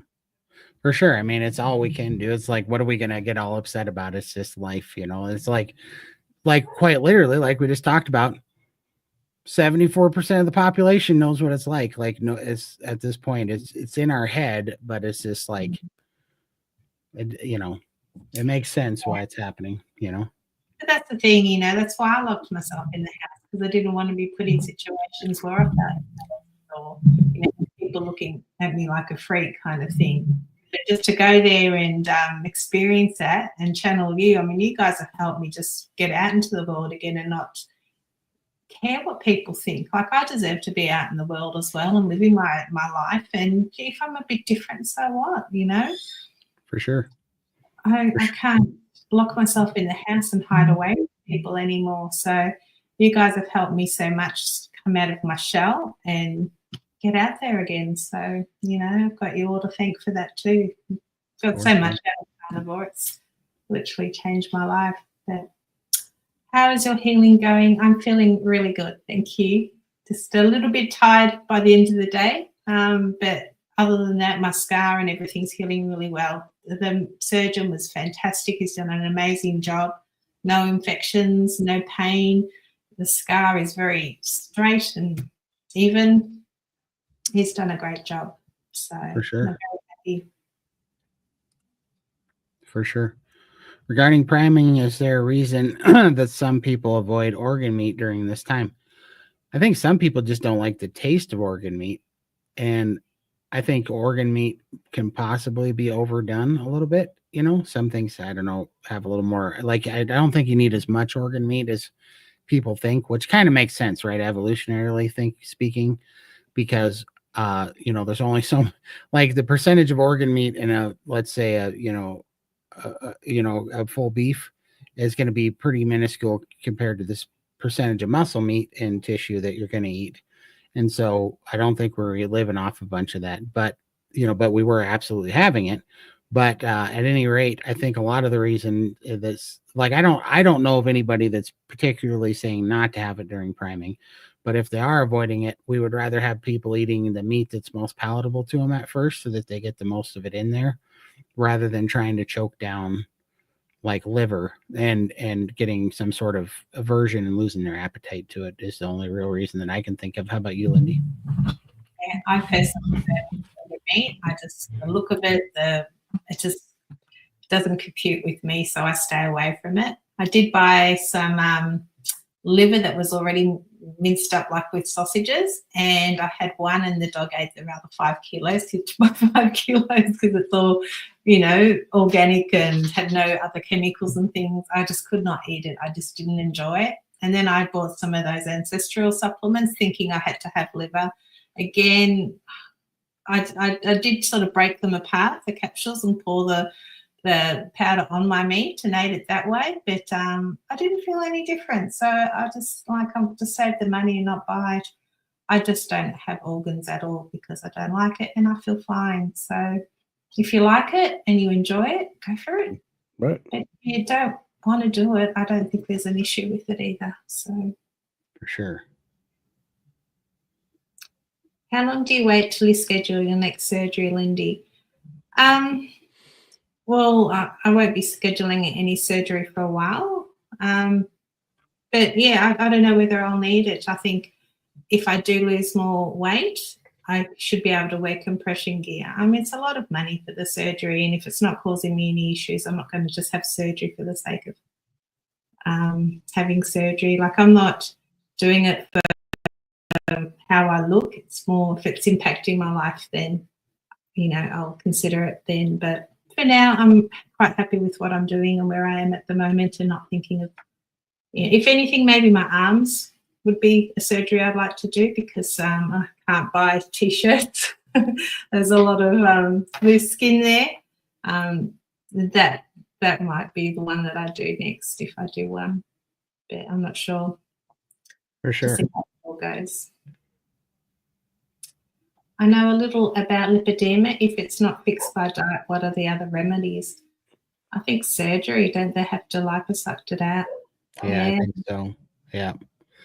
Think so. I think that's pretty much the only way, but I think you can get rid of a lot of it with carnivore. And then if you are big enough, like we are, they will take the rest out when they do the skin reduction surgery and a little bit of liposuction to sculpt it. And then what I was really excited about when I was talking to Dr. Leslie Keith was that she said that they're doing dye tests for lymph nodes now, where it'll show you which lymph nodes are leaking lymphatic fluid possibly, or where the leaks are happening. And then from what my understanding, don't quote me on this, but it sounds like once they get that technology kind of perfected, they'll be able to go in there and like, let's say when you're having surgery to remove the skin, they can orientate the surgery maybe to get rid of the highest amount of leaking lymph nodes as possible, so that when they cut that skin out, you'll also stop leaking lymphatic fluid back in, into your tissue or whatever, from what I understand. But I could have that completely wrong, but that was the gist of it that I picked up from that interview we did with her. Yeah. I'd love to talk to her more about lipedema though, because that is a lot different than lymphedema. Yeah. And like as I said before, managing lipedema is so much easier on carnivore, and I think it has slowed right down now, and I am losing the normal fat. The lipedema fat is obviously still there and very bumpy, but yeah, maybe there's new technology coming out, or maybe once I've lost all the normal fat, then surgery might be an option if I was to have my legs done and they could just suck all that tissue out and for sure. To see what they can do. Yeah, that would be huge. I'd love to hear. Let's try to set that up. It's time we have a. Yeah, I'd love to. Yeah. Are Oreos made out of bacon considered carnivore? Hey, listen, if you want to call your bacon Oreos, call them Oreos, and then it's considered carnivore for sure. I've been taking bacon just out of. I haven't had bacon in a while, but one of the last things I did with bacon, not counting the carnivore power bowls that I did, that was the last thing I did with bacon. But before that, Burgers? Nope. The last thing I did was kind of interesting. I took a whole package of Costco bacon. They're £1.50 a piece, I think. And I cut it right down the middle. So they were cut in half, and I had them real cold. And then I took chopsticks and I rolled them like a pinwheel on the chopsticks. And then I slid them down the chopstick on the air fryer, and I fried them and I air fried them in little rolls on their side. And so they were awesome. They were like little bacon pinwheels, and they were super snackable. they shrunk down into these little tight bacon balls. And like you just popping them in, and it was like a bacon strip that long because I cut the bacon strips in half. So it was like that. And they rolled up into a fat little pin roll of bacon like that and about like that. So they're about an inch and a quarter square, and air fried them. And they were all crispy, fatty, bacony, wonderful. And you could just sit there and pop those like little bacon balls. And tell you what, they were a nice little snack. I enjoyed. I ate the entire pound and a half of bacon. For sure. That thing didn't stand a chance. I made about 30 of them. And that was good because I felt like eating about 30 of them.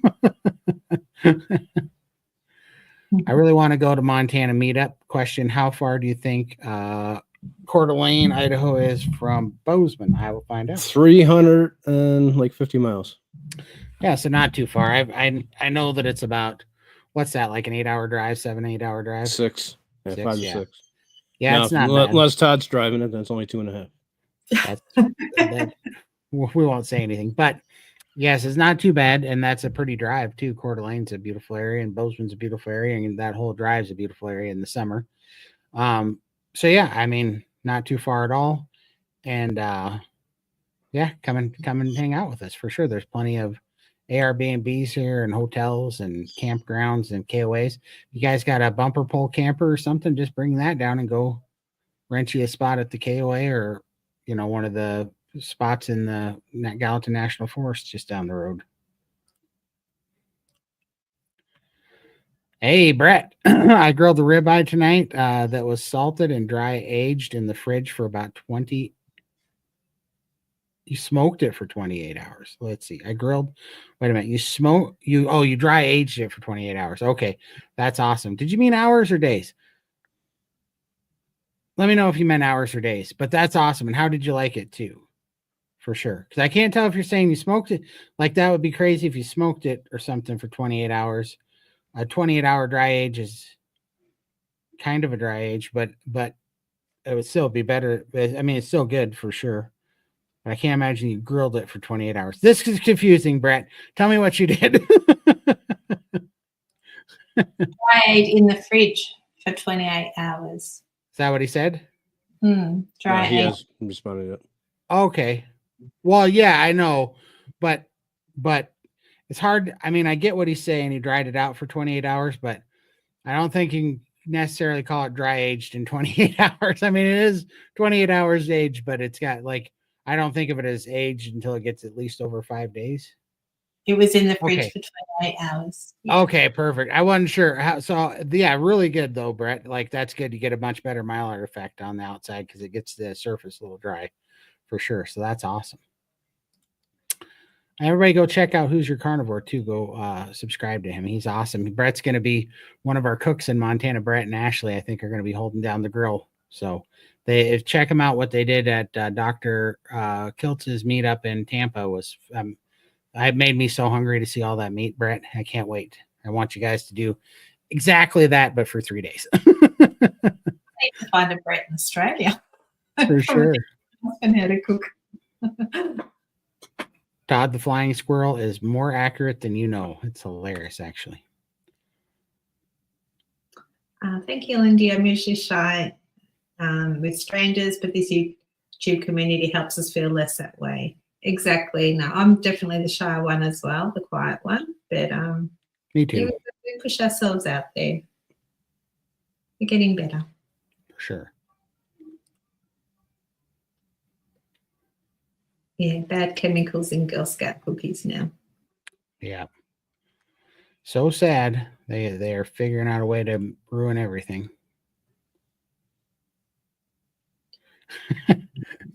Oh boy. Yeah. I don't know. I don't think I can do cooking shows live. I tried that once and look, there's too many accidents that happen. There's too many things that hit the floor. There's too many fires that happen on occasion. Like keeping it real life. Yeah. For sure. Like last night, I thought I was going to have a problem that I was like, yeah, sometimes, well, this has just been a big steak week and I've been eating a lot of steak and I've been cooking a lot of ribeyes and this particular primal cut of New York strip had a crazy fat cap on it, like a 2-inch fat cap. You know how usually New York's only have like a 3/4 to a 1/2 inch fat cap on it. This New York in some places had like a 2.5-inch fat cap on it. I mean, it was fatty. So I've been cooking those in there, and I would like to tell you guys that I clean my air fryer every day, but it's more like every month that I clean my air fryer. So it got full of fat, right? And also, I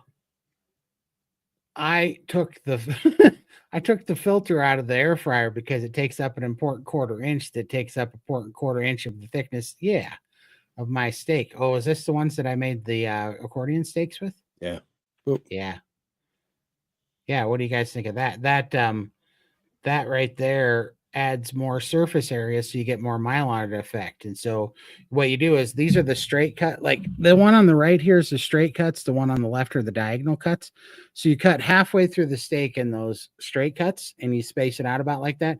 Then you flip it over and you cut diagonally at a 45-degree angle about that space cut, and then you can stretch out the steak like an accordion, and then it cooks in about 35% of the normal cooking time, and you get much more surface area that creates a Maillard effect. So you get much more of that nutty Maillard flavor.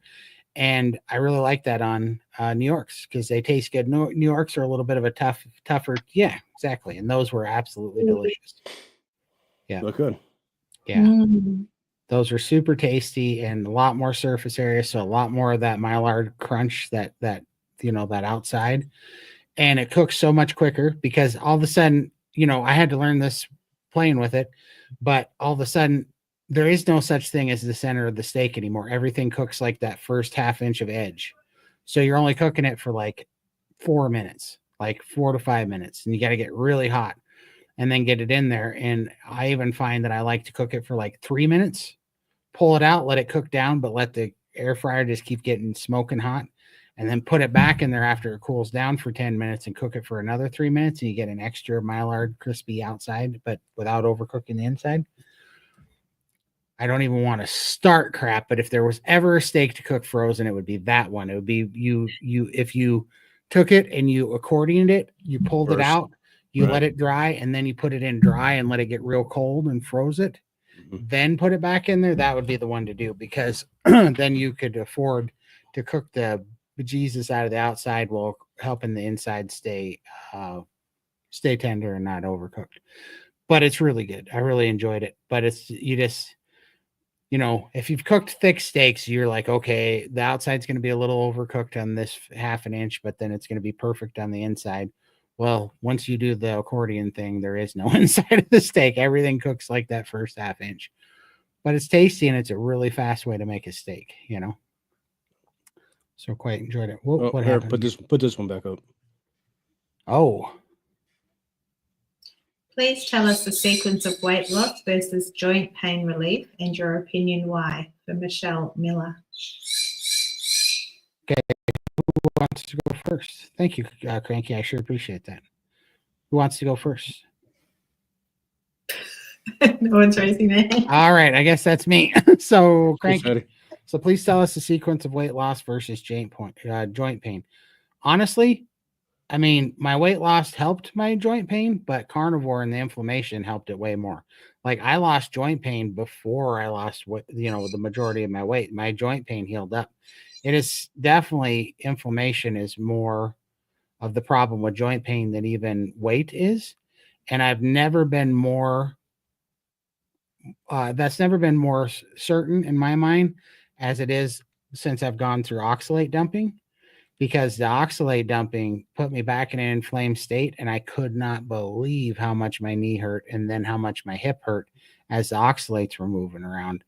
That joint pain is unreal on when you're inflamed. And so when you say the sequence of weight loss versus joint pain relief, the joint pain relief was absolutely ahead of the weight loss. Like, they kind of coincide because a little bit of the inflammation is going to be fluid, right? So some of that's going to be fluid pressure. So that does, some weight loss comes along with it, but I'm telling you, it's not that you weigh more that it's hurting. It's that fluid and pressure in the joints and that inflamed joint with that inflammation that's causing all the problems. And then the weight loss I mean, yes, it's a bonus, but also, there's a time there where my joints were feeling better and better too when I was actually putting on weight. Like that during that time that I gained 21 pounds in SBG, my joints were feeling better and better because the weight that I was gaining during that time was muscle and good, healthy cartilage and tissue that was making my knees even feel better, even as I was gaining weight. So, yeah, I'm not 100% sure I answered your question, good cranky, but weight gain even for your joints can be good if you're putting on lean tissue that's making your joints stronger, and if you're putting on muscle that's helping strengthen the joints. I think that helps, but the weight that matters for weight loss for joint pain is inflammation and fluid, and inflammation is the number one thing that I would say causes joint pain, if that makes any sense. I'm dealing with a lot of joint pain, so I don't have no relief from it with all the swelling that I'm dealing with. Right, but but your joint pain, doesn't it coincide with when you're retaining fluid and having inflammation? Yeah. Yeah. How about you, Lindy? Yeah, no, I do believe a lot of my joint pain was due to the fluid. I had so much edema in my legs, and that, yeah, once I started losing the fluid, the joint pain sort of went. So I lost a lot of weight initially, but it was water weight. It was all the fluid that was leaving my body, and that's when the joint pain subsided as well. And I do have a little bit of hip pain occasionally, but I don't have the fluid now. So that's probably more, damage to my body from carrying so much weight. And my knees are fine.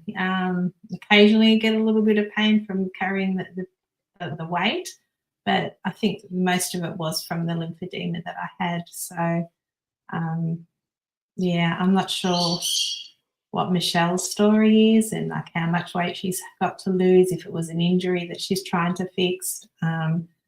But she's worried about gaining weight. Oh yeah, no, that's not, like, seriously, I didn't even know that that's what you're worried about, but the weight that I gained on priming made my joints feel better and stronger, because that's the thing. When you're eating carnivore and you're nourishing your body, the weight that you're gaining is a totally different kind of weight. It's a healing weight. When you're eating the standard American diet that's making you sick and inflamed, that weight is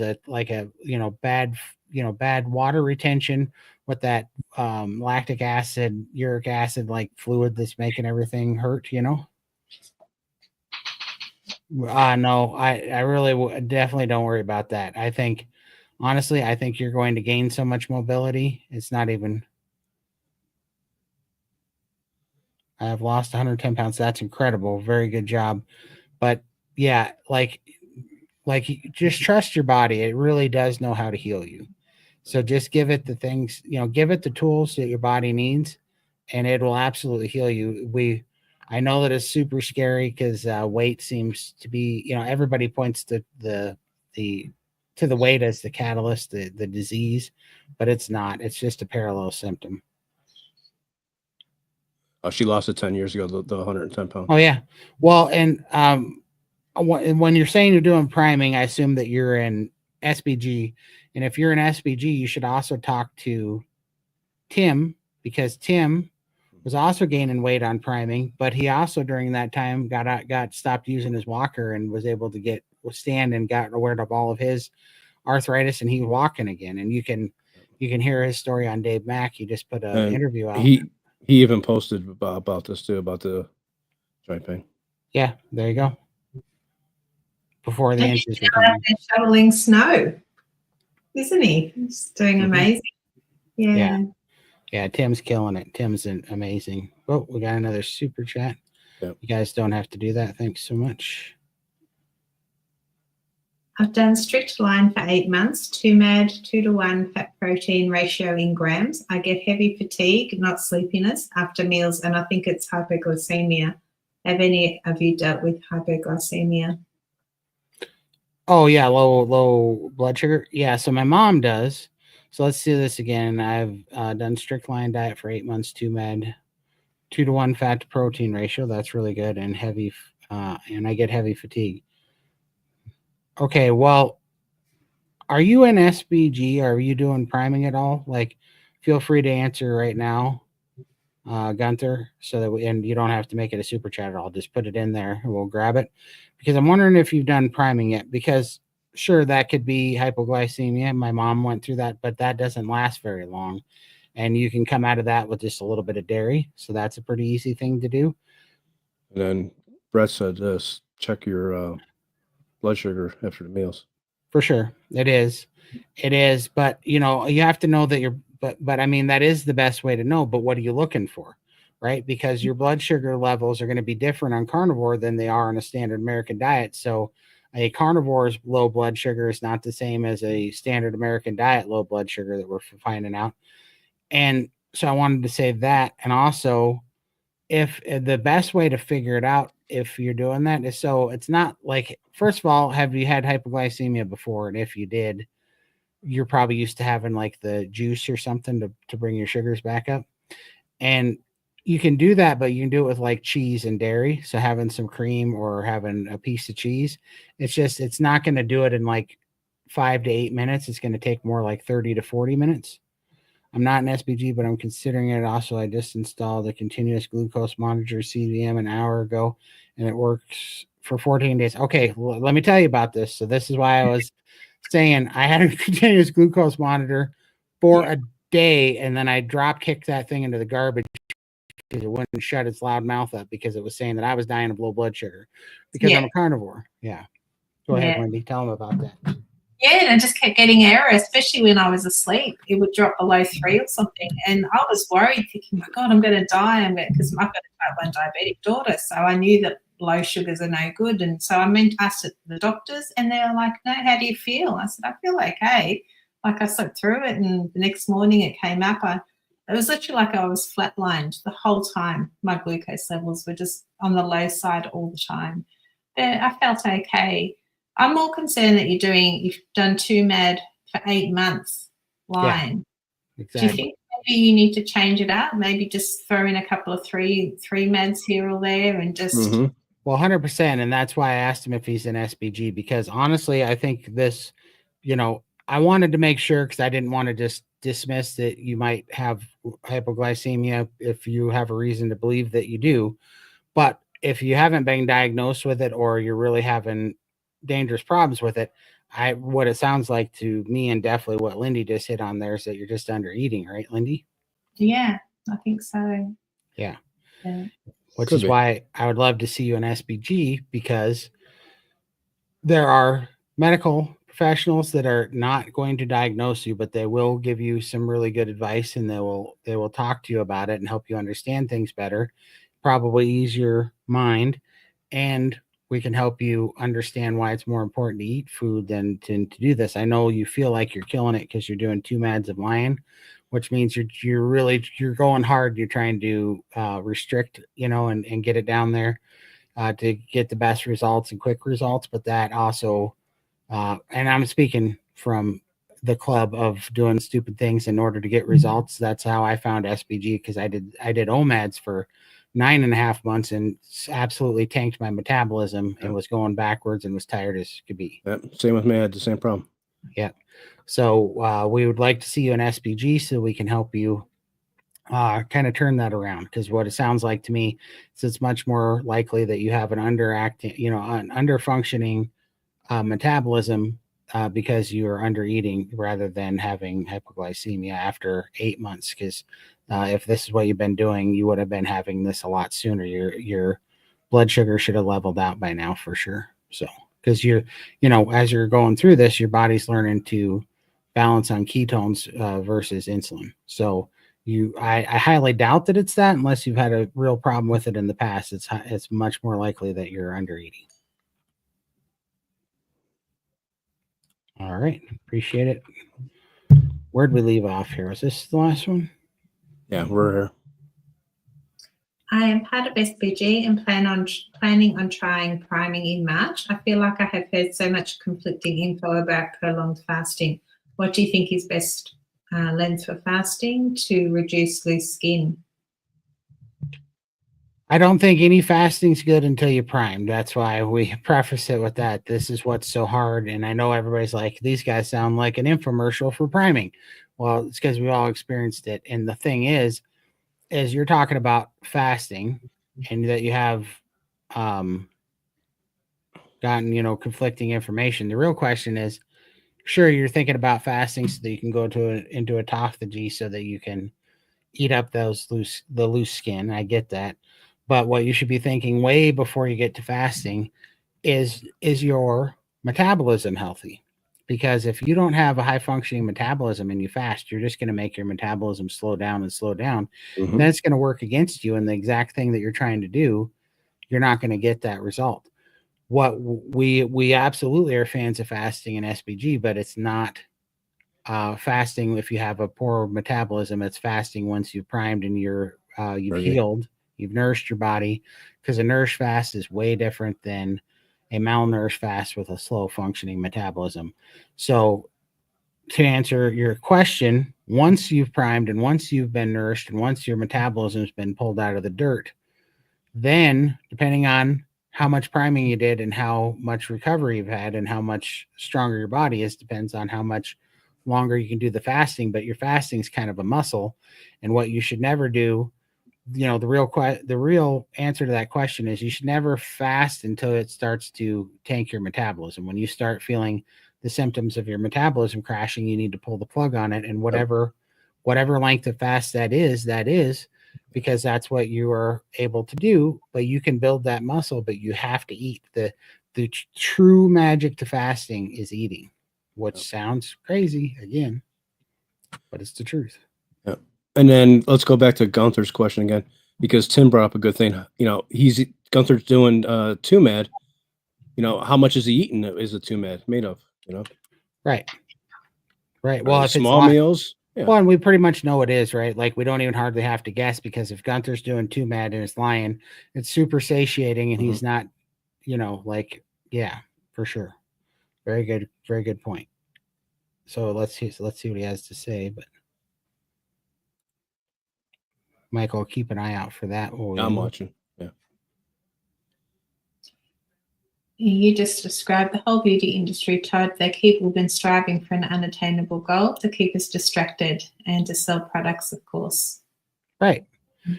Because they're trying to create a parallel reality that they're calling normal, that fits the bill of something for us to strive to, by having to reach out to products and services and spend our money to reach this thing, or else we're not normal enough, whole enough, good enough, worth enough, whatever, and means that we're abnormal, right?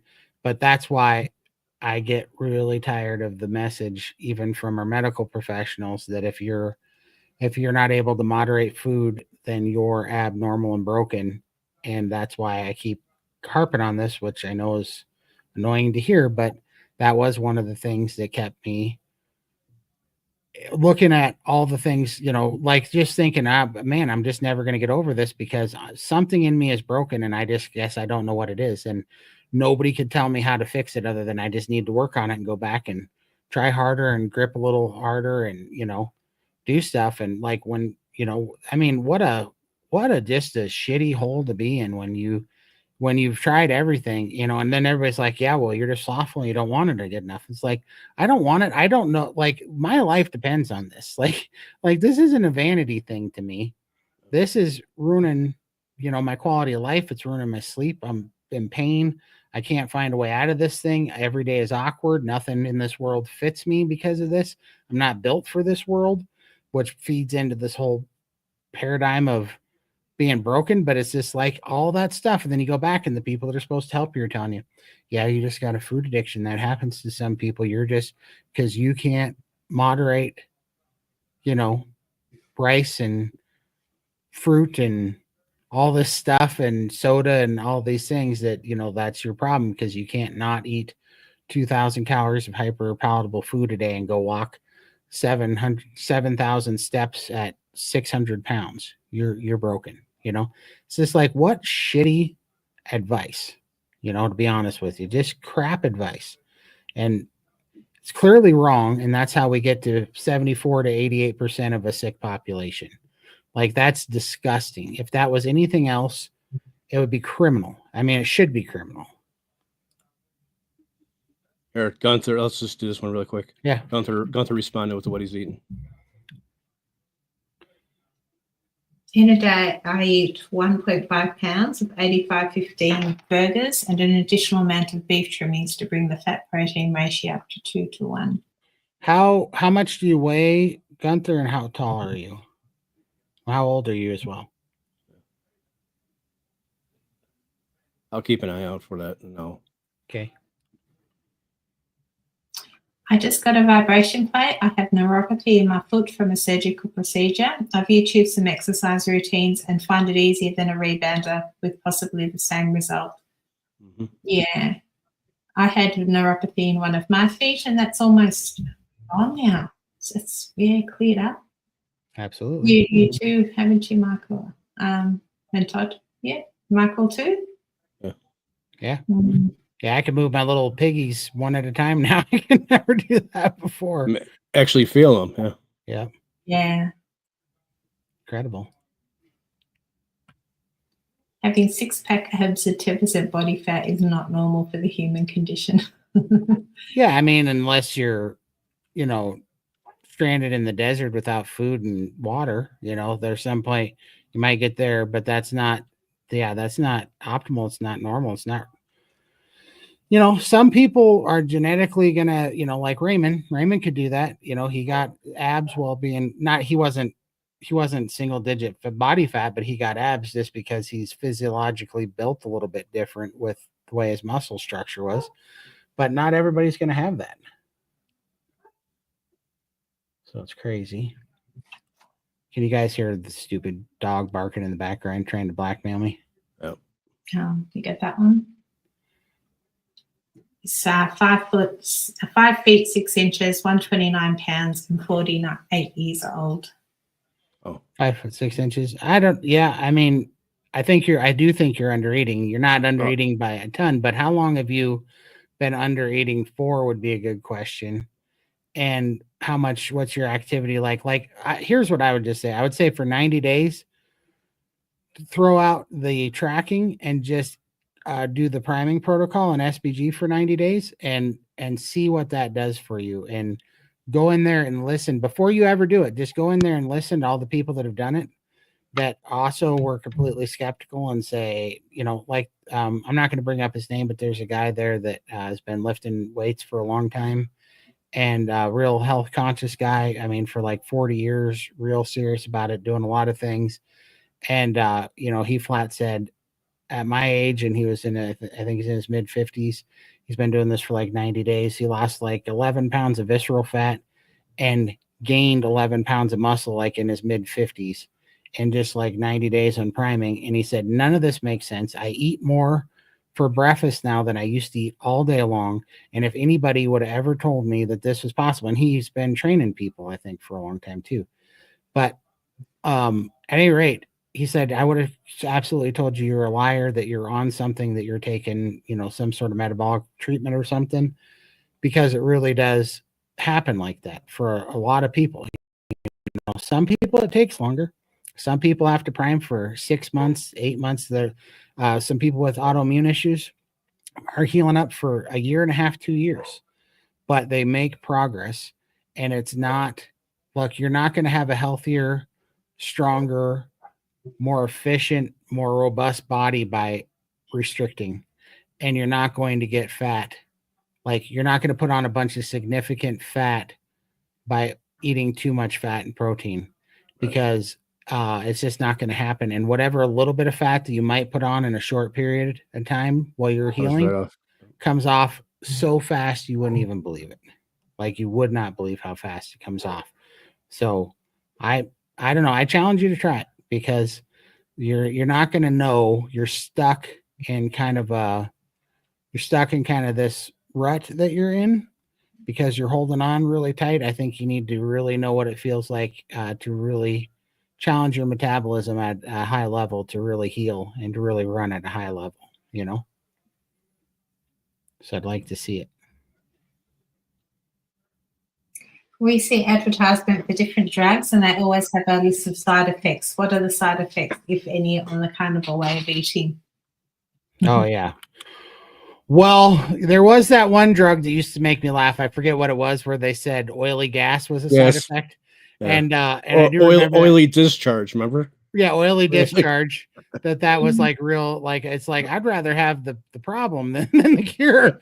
Like if the cure is oily oily anal discharge, okay, I'll keep my disease. But so there is something we call for the first 3 months or so to your gut digestion gets better. There is something we call the risk of disaster pants because you do have a little digestion. So if I'm going to be honest, we do have for a short period of time our own version of oily discharge. So just so you know. Bladder. Exactly. And then you do have oxalate dumping. However, cleaning up the damage that was left behind from, insert your number of decades that you did damage with Taco Bell and standard American diet. This is why community is really important too. Like take this last 3 months of oxalate dumping that I went through. If I hadn't have been in SBG and understood what I was going through, I would have assumed that carnivore was killing me. And and all it was my body was getting rid of the poison because it was healthy enough to get rid of it. Go ahead. And this might be what's going on here with Sherry. She's thinking about, she's been doing it with diarrhea for 5 days, so she might be having the pants. I had diarrhea for 6 months. I don't have a gallbladder, and I also had left band restrictions, so everything just went straight through me for 6 good months. Yeah. But now I'm fine. Go ahead. Keep going. I'm fine now. It just takes a little while to adapt. Sorry, is it my camera and Michael, or is Lindy's camera and microphone a little bit laggy tonight? Yeah, she's got a little bit of lag issue. She's got Wi-Fi issues. Oh, okay, I got you. No worries. Yeah, I agree. Like you got to look. Funny pooping is just part of the deal when you're first doing carnivore. It really is. You're changing your entire gut microbiome, and it takes some getting used to. I had disaster pants for, you're constantly on the lookout, right? On high alert, And don't you think that would be, how much fat she's taken into, or, it can be, and also it doesn't have to be that at all. It can just be, it can literally be, so you have different body switching over. Yeah, you have different bacteria that throws fits. I mean, there's reason why when people are going carnivore and they start having dreams is because the bacteria in their gut is dying. It makes you dream of donuts because it's trying to live. Yeah, exactly. Brent knows what I'm talking about. So anyhow, you can just go, you're going through gut microbiome changes, and some of it can absolutely be the fat. Some of it can be your gallbladder. Some of it can just be bacteria and stuff freaking out, and just the different changes going through your gut. Like there's no telling all the different things. Could be like a detox too, finally dealing with some crap in there. But the reality of it is that you need to do this for like 90 days minimum before you decide to do anything.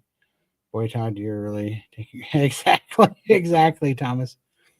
So, but then you can start, like in week 2, 3, 4, you can start looking at your fat. But the fact of the matter is, you don't want hot rendered fat that's going to go through you like lightning through a goose, and you don't want, you want to eat like cold fat. So like, that's why we eat pads of butter, whipped tallow out of the fridge and those things, instead of drinking the drippings out of the pan. Or if we're going to drink the drippings out of the pan, we let it get hard first and cool down. But even eat your little steak bites cold. Don't have hot meat. Yeah, I put mine in the fridge sometime and then just nibble on those cold, and that helps as well with digestion. 100%. All right. There is hope. Your trips to the bathroom will go from daily to just a couple of times per week, and that is normal. If you don't go for a couple of days, it's a good sign. 100%. Yep, you're not owned by the throne no more. All right. Did we do this one already? Yeah. All right, let's get rid of that one. Thank you, Tim. At 5'3" in high school, I weighed 145 pounds and was considered fat. I wish I weighed 145 now and I wouldn't be fat, that's for sure. 100%. 100%. Like to be back in high school too. I don't want to go back to school. Maybe 21, 22. Yeah. Most of the carnivores who have six-packs abs have done weight training, CrossFit, or some other thing, but that's okay because the only reason they have the energy for that is due to carnivore. 100%. 100%. Preach it, Todd. Thank you, Ansel Keys. He created the food pyramid and introduced to congruence. It's bullshit. Yeah, 100%. 100%. And let's just, I'm just saying we shouldn't, I don't care about ruffling feathers anymore. I just don't have the patience or the energy to give a crap anymore. Like, just who cares? They did some stupid crap. They pulled one over on us, but now let's hold their toes to the fire and let's stop letting it be normal and be, I don't know what, like chastised because we believe what's true instead of believing the made up, bought and paid for epidemiology science that's supposedly without approach. It's like whatever. And we know what's going on now. Subway bread has about 30 ingredients and they were exposed using yogurt plastic mat chemical in it. Oh, yeah.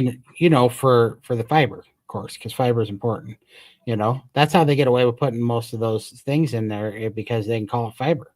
Yep. I'm going to that for my daughter. She loves Subway. I used to eat Subway all the time and think I was eating healthy. Right. So crazy. Wow. Even smaller people come in all different shapes, but we're sold one cookie cutter shape and size. It's just how our biology works. Yeah. Yeah. We're all different. 100%. Canberry's PhD is a spectrum. Lots of people do fine with a few carbs. Some don't. I'm carnivore 95% of the time, but I have veg here and there, maybe even several times a week, and some weeks only meat. Right, 100%. And that's why in SPG we say it all the time. You're an N equals 1 experiment. You know what works for you. It is a spectrum.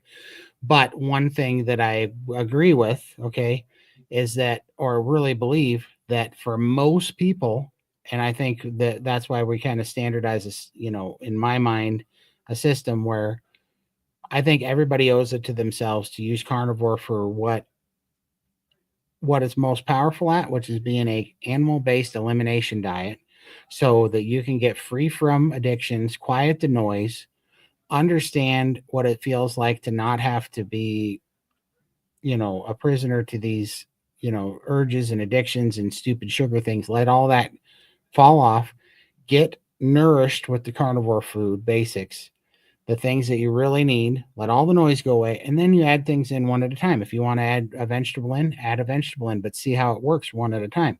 That's how I found out that, black pepper lights me up, that I, if I have a piece of lettuce, iceberg lettuce, it makes my knees swell up, like I wouldn't have known that. And I think there's a lot of people out there, and I hate to even say it, but I even possibly you could be one of those people that don't know what it's doing because you may have never gotten rid of it for 90 days. The true fact of the matter is I'm not saying that there's not people that'll be fine for. I think there is, and I think people are absolutely on a spectrum. But I would say this, until you eliminate it for 90 days and then add it in one at a time and see how it affects you, you might actually be surprised even what it's doing to you. So I would challenge everybody. I think everybody needs to do a reset, get to, just for 90 days, just get it down and then put things back in one at a time and see what it really does. Because for me and for a lot of people, when you get rid of that 1 cup of coffee a day that you're doing, or that one LMNT flavored drink with a little bit of stevia in it, and all of a sudden you do that, you find something profound at the end that you didn't know was even remotely related, and your hunger comes back and you start eating more and you heal. It's really quite interesting. But that's just that's what I think anyways. But we're not dogmatic either, so whatever you guys feel like doing. Yeah, we just did that one. Oh, sorry, I thought I hit that button. My thoughts exactly about the movie The Whale. I put the weight loss shows in the same category since they always show them stuffing themselves with unreal amount of food, which for most is untrue. 100%. Yeah. And I mean, what are they trying to paint that picture in, right? They showed Brandon Fraser was abnormal because he was not because of his size. I agree that Brandon Fraser and me and Lindy and Michael were abnormal because of our size, but they weren't showing us as abnormal because of their size. They were showing him as abnormal from what he was doing, his behavior, his eating, and they had to blow that up, which makes everybody go, "Oh, well, then I don't have to worry about me being that way or my kids being that way," because that happens when you're a monster, when you eat 4 pizzas, you know.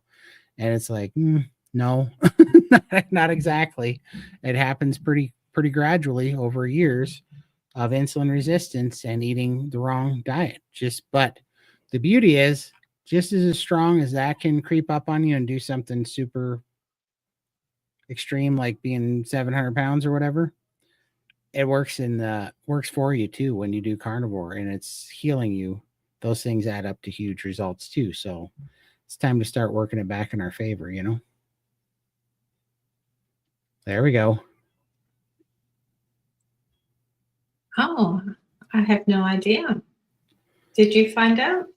I have not found out yet. We will talk more about this. I think some fun stuff will be coming out in the months ahead. I cannot speak of its name, but stay tuned.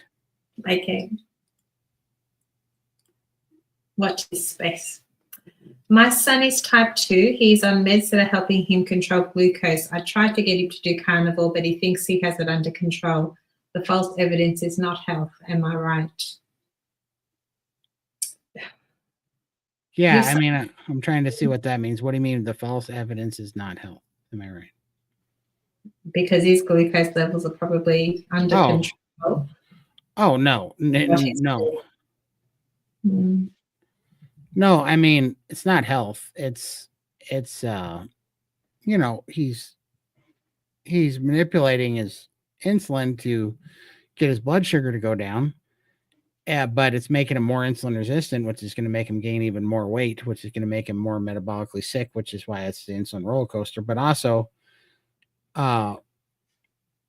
you know, my dad did this, right? And what my dad did was he just manipulated his diet with insulin. So if he wanted to have a chocolate frosty at Wendy's and a hamburger and a orange soda, he would have it, and then he'd just take a little more insulin, right? Yeah.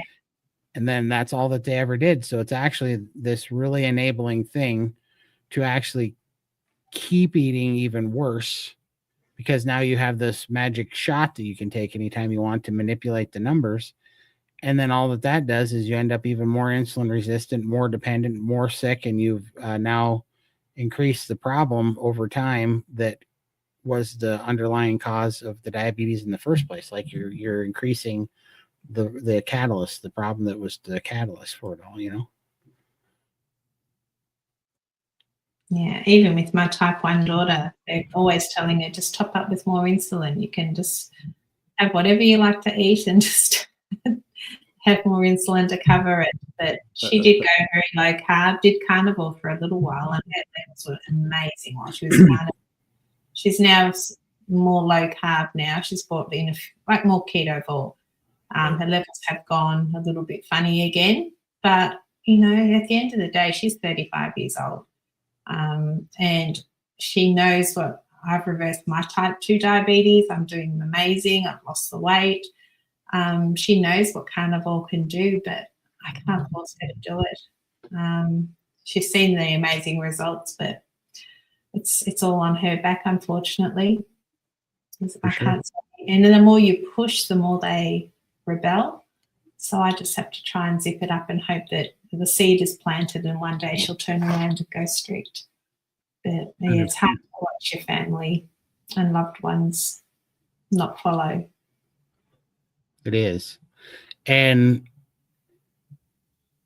I don't know. I was going to say, we know where we know what that's like, because we wouldn't take any help either, because we were stuck in a certain way. But at the same time, I was just thinking, your daughter doesn't know this, and a lot of people don't know this, that we're trying to help, because we only know it because we found this. But like, I don't know what would happen if somebody would have told me to do carnivore, right? It's like, Right. let's say somebody was doing carnivore and told me. Thing was, everything that everybody was telling me to do was all the calorie restricted diets. Well, move more, eat less. You just got to Right. start working on it. You can do it. They're all supportive and all out of love and all out of good intentions, but all bull crap, out of complete and utter bull crap. The funny thing is I never had anybody tell me to do paleo that had lost 300 pounds. I never had anybody that, you know what I mean? So I don't know what it looks on the other side because I've never been there from that aspect. Because I'm saying I don't know. Maybe I would have tried something, but I'm hoping that this will be different.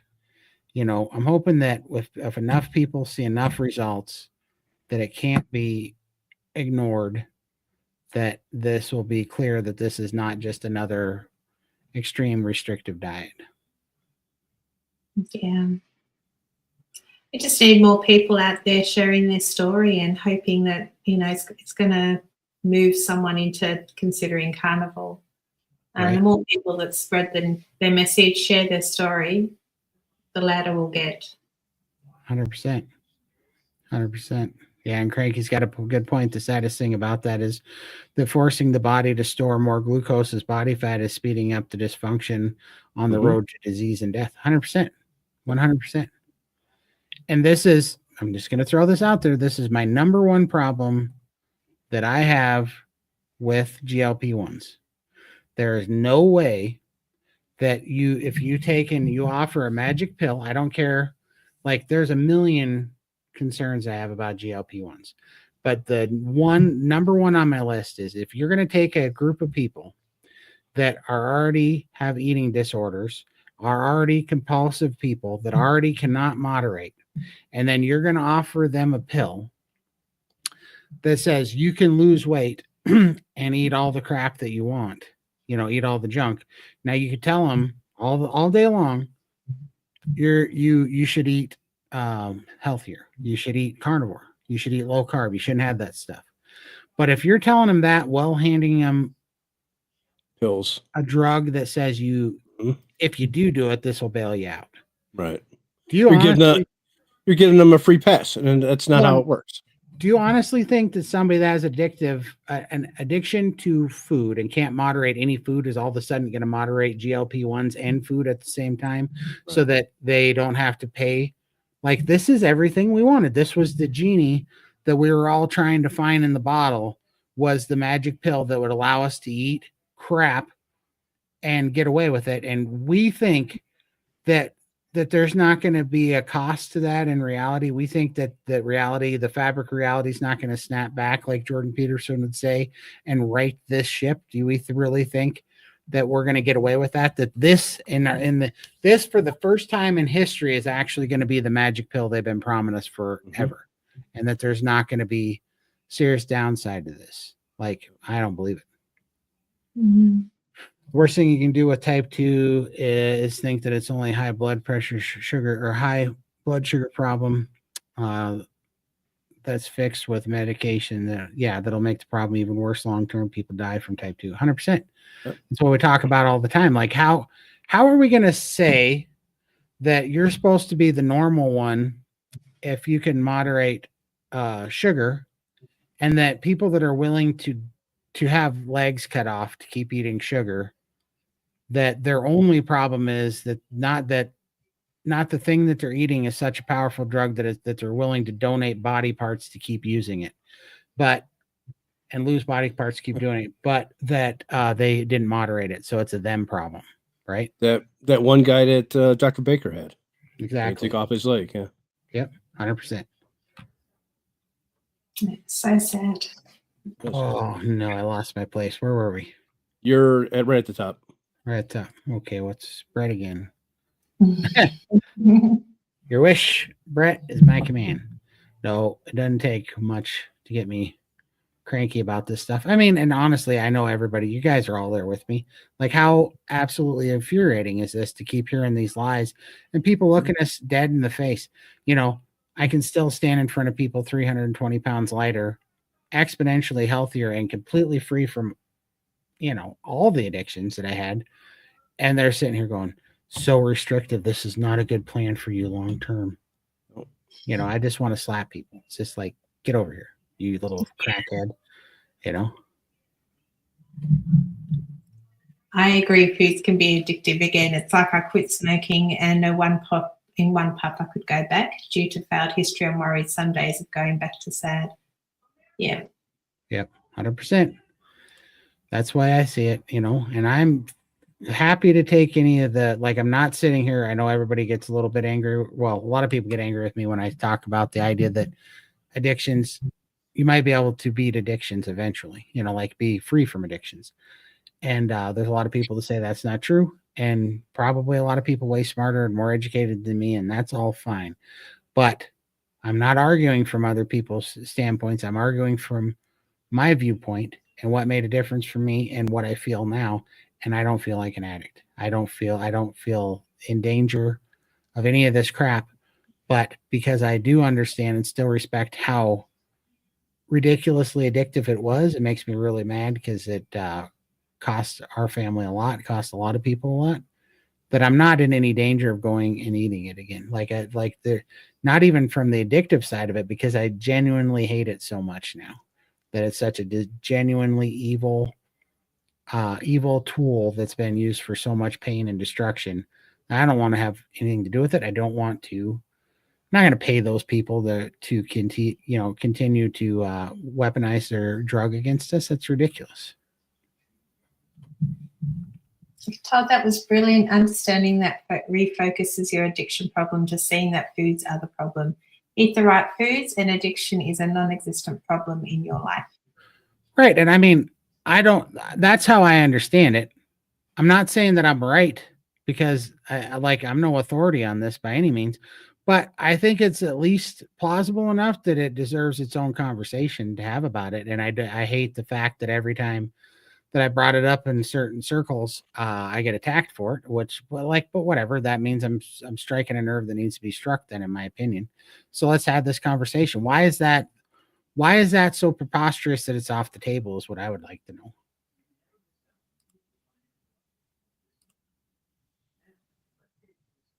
What area of town is going to be the event? Is it north? 4 miles north of Four Corners, Four Corners is about 4 miles west of Bozeman. And then where the event's going to be roughly is going to be 1 to 4 miles north of Four Corners, roughly. Or sorry, not north. Sorry, south of Four Corners. Geez, I almost sent you the wrong way. South of Four Corners, 4 miles south of Four Corners and west of Bozeman. So that's where it's at. Just look for a little town called Gallatin Gateway. It's a little bit before that.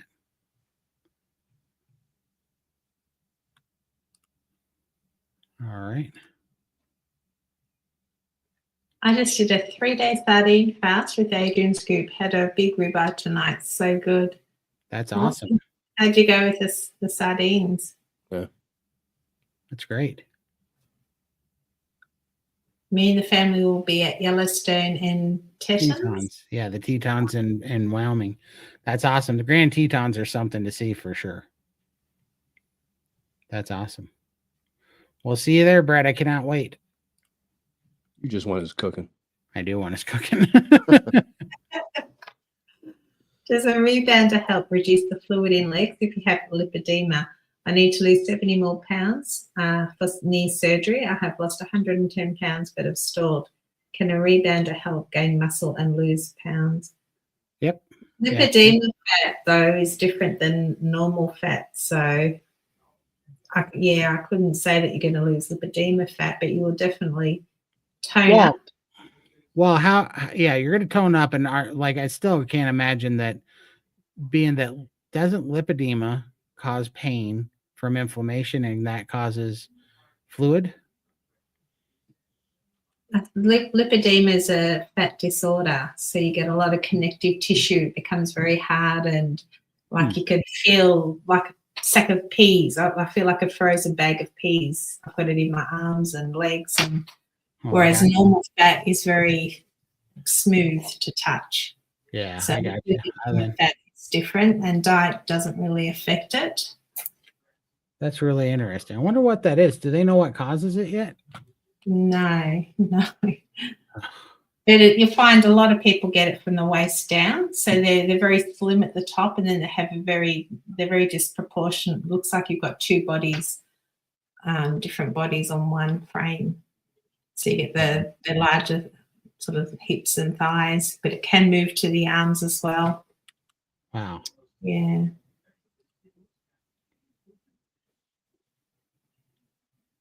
My son-in-law's father owns a ranch in Sims, Montana. If I tell him about your meetup, how would he find it? Well, give us one more week. I don't think we want to put the URL out there again, do we, Lindy? There's nothing on there right now. What's that? There's no slash there at the moment. Okay, Yes. so check back with us next week, and we should have a website to send you to. Lindy's in the middle of making it, so check back next week, and we'll give you a website that'll be real easy to send them to. 5 foot, 64 years old, 320 pounds. I love that name, Escaped from Canada. Oh, that's funny. Is there a question with this one? No, this is from earlier when we wanted to find out how old and about the 200 pounds, about losing 200 pounds of going to need skin surgery. Oh, that's right. 5 foot.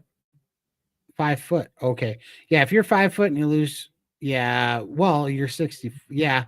I think it would be a good idea for you, probably. Mm-hmm. I think you'd be happier with it, or else you need to be really careful with the skin once you get it off. But, no matter what, you're going to be so much, whether you have to deal with the skin and use compression you're going to be so much happier and so much healthier that you'll have that option at the very least. And then, but you would feel better to get it off. And, Lindy called me 30 minutes after getting out of surgery, and I thought, oh, good Lord, she must be high as a kite to be talking to me right now.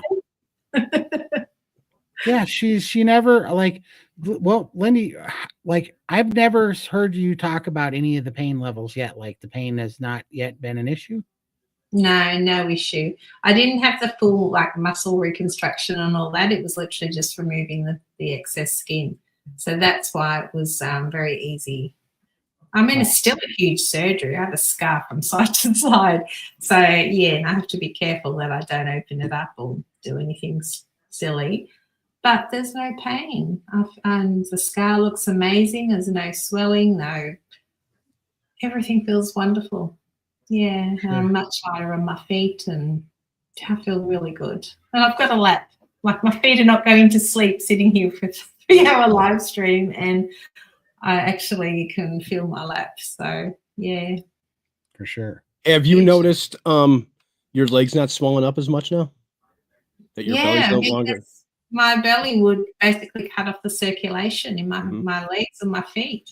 Right. So I was always having the vibration plate. I'd be wriggling around. It was so uncomfortable. I couldn't drive for very long because my feet would go to sleep and I couldn't do the pedals. I'd have to stop and wriggle around.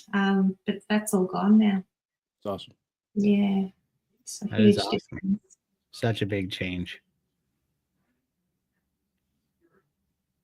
Biggest side effect you want to tell everyone that carnivore will fix their ails. Yeah. And people get sick of you talking about. Exactly. Yeah. That's true. That's so funny. We've lost friends because we're weird. We just eat meat, so they don't invite us out anymore. And, I'm fine with that. It doesn't bother me. If that, it shouldn't. Outing shouldn't revolve around food. You should be able to go out, spend time together, and not have to think, oh, we're going to go and eat somewhere, and what are we going to have for dinner? Like, you could still eat. Just we choose to eat meat. I was like, what's the big deal? Are they going to have problems if you're a vegan? Oh, I went on a cruise with a vegan, and he ate his, bits, and I ate mine, and we talked, and everything was fine. Like, why does diet have to be such a big thing? Just I don't preach it. I don't want them to preach to me. We do our own thing, and everyone's happy. Oh, he's different. I have to kick him under the table because he's always preaching carnivore. I'm like, shut up. If they ask, it's different, but if they don't ask, keep your mouth shut. Right. You know, I don't want anything. I don't like people telling me what to do, so that's why I don't preach it. If they want, they can come and listen to me here. Yeah. I don't know. If it gets weird, I just make fun of things, and because that's what I think it really deserves. I mean, the idea that, and we've gotten so sophisticated over the last 80 years that the idea of eating meat or something's out of line or whatever, just to me seems so dumb that I just nod, and then I'll like look at their cat and be like, "Are you gonna eat that?" Like just play with them because it doesn't even matter. And when they get all snarky, I just tell them that's exactly what a crackhead would say. You crackhead, you're just addicted to your crack and you're arguing for your crack. Like whatever. You cannot tell me that the world is not busted when we have this many sick people in it. The world's busted. We got to fix it. We got to go back to the way it was. You're a crackhead. Deal with it. I don't care. I'm not listening to a crackhead tell me how to eat anymore. I just play with them because I think it's funny. Does carnivore diet lessen stretch marks or crow's feet expression lines? Yes. Not, some are too big to go away, but some of them do go away. And the reason why is because stretch marks are not actually in the skin. They're in the collagen layer under the skin. And carnivore, even when you're not necessarily long-term fasting, but even in intermittent fasting, you spend a fair amount of time in autophagy, which eats up some of that damaged stuff. And then carnivore is high in the amino acids and the collagens that help repair that collagen layer under the skin, which is actually where you see most of that going on. So it can definitely tighten that stuff up and make it heal up a lot better. Now, some of them are, I look like a giant monster can, like if you know what I'm talking about on a monster can. And they're getting lighter and lighter. Are they going to go away? I don't know. Do I care? Not even a little bit. But I think that they can absolutely heal, especially if it's not super extreme or whatever. I've heard of, my brother had some go away. So yeah, I think it will heal up, or it can improve anyways. How about you, Lindy? I think, we are on the best diet to heal anything, whether it be loose skin, scars. I've had scars healing, things like skin tags falling off. Definitely vigorous veins, like my veins are going down. Like I think this is the best diet to give us the best results moving forward. So 100%. I agree with that for sure. And Cranky even says that his facial wrinkles. I haven't checked out the stretch marks I had, but my facial wrinkles don't seem any less. Tallow does plump my skin to make their appearance much less. Yeah. That's awesome. I do find I'm getting a little bit of a goat. What does it go? Gooseneck. Turkey chin. Yeah, turkey chin. But it's, like I'm 53 and everyone's like shocked when I say that. For sure. Lindy, have any of the local news stations ever contacted you for a story about your 500-pound weight loss? I would be surprised if they hadn't. No local, no, nothing here in Australia. I've been on the Epoch Times, as Todd has, and something with Bella. What was that one? I think that was Rolling Stone. Well, Rolling Stone. Yeah, I've had a little feature on that with Bella. So awesome. That's all. For sure. Incredible. Yeah. And why they're not shouting it to the rooftop. You know what, Lindy, if you had taken a GLP-1 and lost 500 pounds, she'd be all over. Yeah. You'd be famous. Yep. But I'm not interested in doing that. So no. I'm happy doing what I'm doing. It's working. Laura Spafford just had the arm surgery. She'll be posting about it any day. I enjoy following her carnivore journey because she's very relatable. Yeah, awesome. I'll check that out. It's awesome. It'd be great to see. I get the liver and organ supplements from Dr. Kiltz. I take a few every now and then. It's awesome. Yeah, I think that's about all it takes, really, if that even sometimes. Did anyone see the video of where I found a chicken foot in my chicken and ate it? Yeah. That was pretty weird, for sure. What kind of chicken? What's that? I thought you were the one. If I'm thinking of the right one, you had a chicken sandwich. I thought, or no, there was a piece of like foot hanging off the bottom of your piece of chicken. I think I remember. Yeah, it was really weird. I think they ground up when they were making his packaged chicken. I think they packaged a chicken foot in it. Well, I'm a crazy bird lady, so I don't really like eating chickens because my birds would flip if I did. So yeah, I stay away from chicken. For sure. Well, here's a good question. When did you start feeling better from anxiety on carnivore? I started feeling better from anxiety, getting relief from it at 3.5 weeks. Depression pretty much lifted in 3.5 weeks, and anxiety got extremely better. But then it was still rough after that because I would when the dawn effect would hit in the mornings, the cortisol would kick in. I would have an anxiety fit, and that took like another 5.5 weeks after that to finally subside. So the anxiety to really have it under control. Yeah, I mean 8 weeks roughly, but there was relief within 3.5 weeks. So Yeah, I definitely found carnivore calm sort of set in a lot earlier. I had a lot of anxiety around, was I doing carnivore right? Hearing a lot of things out there, you still have to count calories and have to eat fat and don't eat too much fat and protein modified sparing fast, and all of that really freaked me out, and I just felt really lost. And it wasn't until I had the coaching and they said, look, this is your journey. We keep it simple. And then that's when all the anxiety and that around my diet sort of went, and I was able to just quieten all the noise down. That made me feel a lot better. It took a good few months. for sure. Yeah, All right. Are we ready to do a turbo round for the next 15 minutes to try to get through all the questions? Yeah, we got 24 to go. We got a bunch. All right, here we go. Morning when I wake up, my teeth and gums are hurting me. After I ate some meat, cheese, and eggs, all the pain subsided. I'm going to do some priming to fill in a lot of the nutritional gaps. That's awesome. I highly recommend it. I think that'll help you a lot. I have a fear that my bones are going to break having been vegan for a long time. Yeah, I mean, carnivore is your best hope of fixing that. Carnivore is definitely the best thing you can do for your bones, in my opinion. Let us know in the chat what you guys think. I had a whole pound of meat today. I just ate what my body wanted today. I never usually eat that much. That's awesome. Well, that's a really good sign too, especially if your body wanted more than what you usually eat. It might be a real good sign that your appetite's opening up and your metabolism's healing a bit. Charlie and Marilyn, Lindy, Todd, Michael, always a pleasure to see you guys and get so much good information. Not to mention all the laughs. I hate to leave, but must go. Have a good night. Thank you, Charlie. Have a good night, Charlie and Marilyn. Take care, Charlie. All right, I'll get that one to you, Lindy.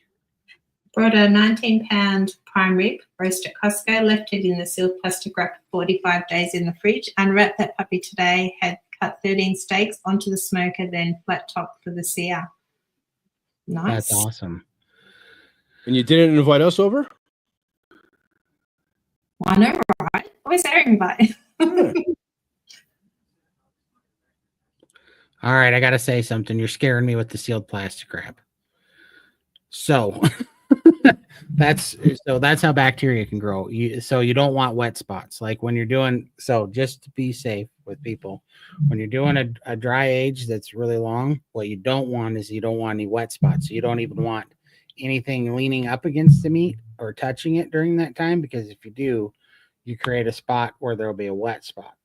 You're actually much, much more likely to not have a bacteria problem or a funky smell, because that bacteria starts growing and you keep it wet, it's going to start to grow and eat away and eat into the meat. And then you're in a not a pleasant spot. Depends on how it smelled. I use the smell test way above anything, but you don't want things. That's why you want a tray. You want to have it on a rack where air can get under it, around it, over it. And you don't want anything. Yep. Even if you had something too close to it and touching it, they call it the dreaded wet spot that creates bacteria and allows it to grow, and it'll grow into the meat. So you need air to be able to touch the whole thing. So everything about that made me cringe a little bit when you said you left it in the plastic wrap for 45 days. I'm like, that is now a prime 19-pound petri dish of bacteria.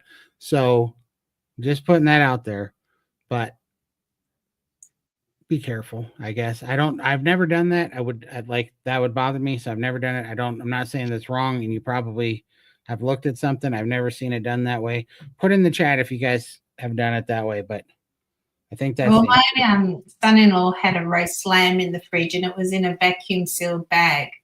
They opened it, cut it in half, they smoked half of the lamb, and he put it back in the same bag in the fridge for a couple of days and it went rancid. Yeah. And I said to him, you should have put it on the rack and let it out to air dry. And he's like, ooh. And I'm like, you'd still have that half a lamb. And my daughter was like freaking out. I was like, oh, we put that poor lamb lost its life and we've just killed it. You know, and yeah, he just thought it sounded disgusting to dry age it. No. That's how they store the meat. Yeah. Yeah, so I told him what I'm doing, and I only do like 48 hours the max because I haven't tried any more than that. But he's going to give it a try next time. But I think if it's sealed in a vacuum bag, it might be okay until the expiry date. Mm-hmm. But otherwise, yeah, just take it out and leave it on the cooling rack in the fridge. Yeah, 100%. You're way safer. Like vacuum sealed bags, yes, they will lengthen the life, but they still, if I put a steak in the refrigerator for 30 days in a vacuum sealed bag, it's going to start to go bad for sure. Right. Yeah. But if you put a steak in the refrigerator on a cooling rack, you might have the pellicle, which is the thick kind of air dried jerky like skin on the outside, but it's pulling all the juice, the moisture out and leaving just the fat and the meat. And so the bacteria might even start to grow if there's a wet spot in just a tiny spot on top, but usually not even, like I had a problem with that. This is how much that makes a difference. I had a problem with that when I had the bone in one, because the bone in one, I had it flipped up and the silver skin on top of the bone created a seal that didn't let it air dry just because of the silver skin. And that stunk right on top of the bone because bacteria got there and started to grow. Didn't really care because it was on top of the bone. So I was cutting the bone out anyhow. So I cut real deep to get rid of the bone. And then I smelled the meat, touched it, because you can see it. It's a little bit of slimy stuff. Doesn't smell good. You can see it when it's on there. That wasn't on the inside, so you're safe. But if you leave that in the wrapper, it's not going to be pretty for sure. Yeah, if it's a vacuum sealed thicker plastic that Costco sells should be safe. The thin plastic I've aged for a week with no issues. Yeah. That's interesting. But he said 45 days, didn't he? Yeah. Yeah, that's what worried me, was 45 days in plastic. I've never heard of that. He's lived to tell the tale, so it must be okay. Yeah, maybe. And I don't mean to, like, I'm just, if you know what you're doing, like I've just never even heard of wet aging. I didn't know that was a thing, to wet age. So I've only dry aged. So if that's a thing, then disregard everything that I said. But I just know that when trying to dry age, if you have a wet spot, it's rough. Up to 60 days is okay for vacuum sealed. Okay. Even not frozen in the fridge, 60 days is okay. Is that correct, John? I still like to freeze my meat and then I'll take it out overnight to defrost and then cook it fresh from that. Is there a carnivore video explaining about oxalates? Never heard of this. So what is that? Sally K. Norton's Toxic Superfoods. It's a book. If you look up Sally K. Norton, I'm sure that you'll find quite a few videos from her. For sure. And then Cranky said yes. Oh, perfect. Thanks, Cranky. I appreciate that. I was just wondering. So that was making me nervous. Do you think fat fasting would be as effective using Raymond's calendars as a water or dry fast? Worried about hormones tanking? I know Dr. Bright isn't a fan of fasting, but Dr. Kilth is. There is a fat fast on the Chisel program. Yeah, we were thinking of doing a fat fast, but then I went and had surgery. But it's something like I was considering doing at one stage just to give it a go because I find it difficult to fast. But that's something I have thought about doing maybe in a month or two when I'm fully recovered. Yeah, absolutely. And why not, right? Like, it's just make that your N equals 1 the experiment back and just do that, but do it with fat and see if it works for you, you know? If you have a good result out of it, you know, I think it's going to be a little bit different for everybody. But yeah, fat fasting is a thing that a lot of people like too, for sure. They're all tools, aren't they, to try? Yep. If it doesn't work, you just move on to the next tool. For sure. My theory on CGMs, 3 mmol, as I say it, but not feeling hypoglycemic, is that if you have lymphedema is out of institutional, I was always Yeah. lower on the CGM. Is out of terrestrial or a different rate. I was always 2 millimeters or lower on the CGM than finger prick. Yeah, I got you. So basically saying if you have messed up lymphatic tissue on your body, you're probably not getting the best blood sugar, to the CGM, I'm thinking. So he wants to get it from your blood just to make sure. Oh, yeah. Well, the CGM is on the arm and I have lymphedema and lipedema. So. Yeah. Yeah, that makes sense. I lost inches on 16/8 intermittent fasting. That's awesome, Tim, for sure. That will definitely help. Question: what did you mean that blood sugar is different reading on carnivore versus SAD diet? I mean that your blood sugar, like a safe blood sugar level, is going to mean two different things if you're consuming 2, 3, 4, 500 grams of carbohydrates and sugar a day compared to not having any, right? Your blood sugar is safe at a lot lower blood sugar level. And this is really common, but the reason why I didn't say the level is because I don't know that there's really a level to say. I think, first of all, I don't know the levels that close, but I do know that when I was talking to, and I'm going to say who, but a certain doctor, he goes, yeah, on carnivore, that's very normal. What you're really looking for is, are you having any brain fog? Are you weak? Are you shaky? Are you sweating? Are you having those real symptoms, or do you not feel anything? For me, I never felt anything. I never felt bad at all, that I could link to blood sugar. Now, I've had plenty of times when I was going through things like oxalate dumping or under eating or low functioning metabolism that manifest in anxiety and not sleeping well and not having good energy. And I also did a lot of fasting where I tanked my metabolism, but I never had anything that was directly related to the sugars, and mine are always, I think it was like sub 50s. And which that thing goes off like all the time when it was sub 50s, So. Well, what is priming? Sorry, I'm just starting strict carnivore. We're going to give you the 36,000 foot overview, but it's basically that priming is a way of getting your mind out of thinking that you need to undereat, that carnivore is going to be successful because you're eating less. So priming is a way of using carnivore to heal your body and nourish your body with the building blocks and nutrients that you probably don't have in there right now because you spent a lifetime calorie restricting and also eating hyperpalatable, empty high calorie foods that didn't have proteins and building blocks and collagens and nutrients in it. And so priming is a protocol that they do at Steak and Butter Gang that challenges you to open up your appetite, heal your metabolism, to heal your metabolic disease, and get nourished and healed before you worry about getting lean and smaller. But the funny thing is, usually halfway through or sooner, as you're healing and you're putting on muscle and lean tissue and bone density and healthy white tissue, you start losing weight. And you start, your body starts functioning at a much higher metabolic rate. And then once you're healthy and in that range, then we start doing some intermittent fasting and even some long-term fasting that you do in a nourish fast with a high functioning metabolism, and it starts peeling off weight pretty quickly for a lot of people anyways. And that is what priming is in a nutshell.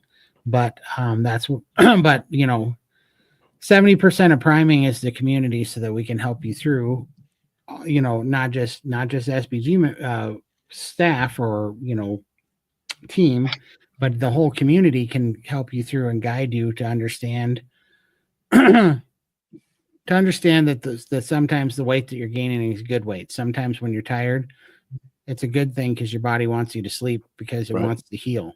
There are a lot of nuances in there that if you don't understand it, you're going to get off track. You're going to be reactive and you're going to start reacting thinking that something negative is happening when it's just part of the process, like detoxing and oxalate dumping.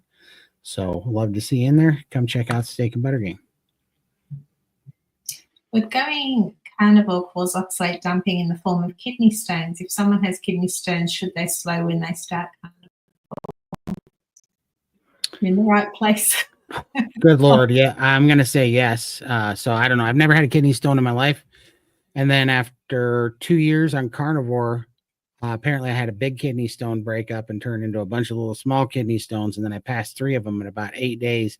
And I talked to Jesus when that was happening because holy crap, did that suck.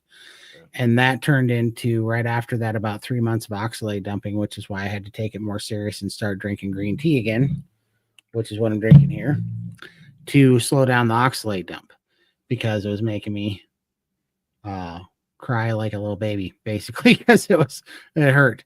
So yes, but I don't think there's any way around it. I think that there was what you'll hear a lot of times. They'll say there's a big stone in there, and finally when your body starts dealing with it on carnivore, it breaks it down into little ones small enough to pass, and pass them I did.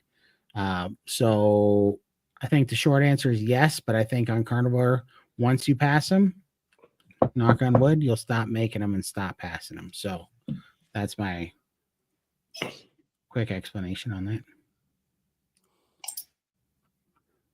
What brand of green tea are you drinking? Don't know. It's City Brew. They deliver it and it comes Local in a cup. place. Yeah, they just bring it out, and I don't make tea and I don't want it here because I only order one when You did it.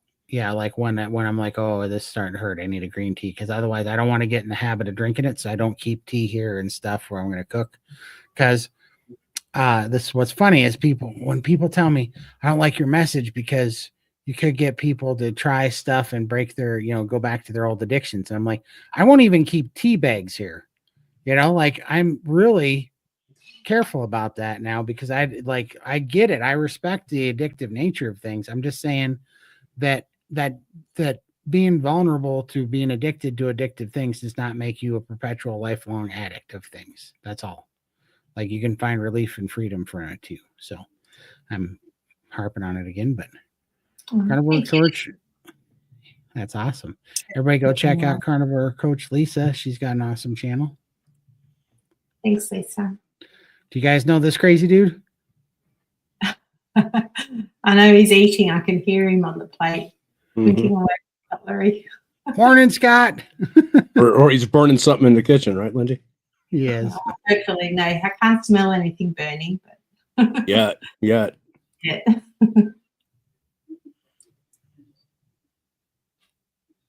I can hear it now. Like it's a bit delayed. He's watching. As a person who was on Ozempic for 3 months, I agree with you. I only got to 0.5 dose and it destroyed my health. Multiple bilateral PE, lost almost 80 pounds in 2 months, starved, and now glaucoma suspect. Oh, I'm so sorry. Yeah, I'm so sorry to hear that. And that's like, I don't know, it just makes me mad. And I know we have friends in this that's dabbling in the microdosing and the carnivore sphere too, but the reality of it is there's just no part of me. Like you are going to absolutely have to prove it to me from one end to the other that the answer is ever going to be Gila Monster venom as a, like, there's just, prove it is all I'm going to say. Prove that it doesn't have a million side effects. Prove that this doesn't come back to just destroy people. And, you're just playing with fire. I mean, I just don't see it ever working. I just do not see that not coming back to snap back and show you just how dangerous it really is to try to play God and monkey with your body like that. I mean, I have the same feeling about that as I did when mom's like, "Hey, I'm going to get gastric bypass surgery," and I'm like, are you really think that God built you wrong and you have the wrong stomach and that you'll function better without a stomach? That's what's holding you back from thriving is your stomach. I'm like, I just don't believe it. And now there she is out there. Yeah, I hear. Yeah, because that's going off. When you're desperate, you do these stupid things like me with my lap band surgery. I believed that was going to cure me.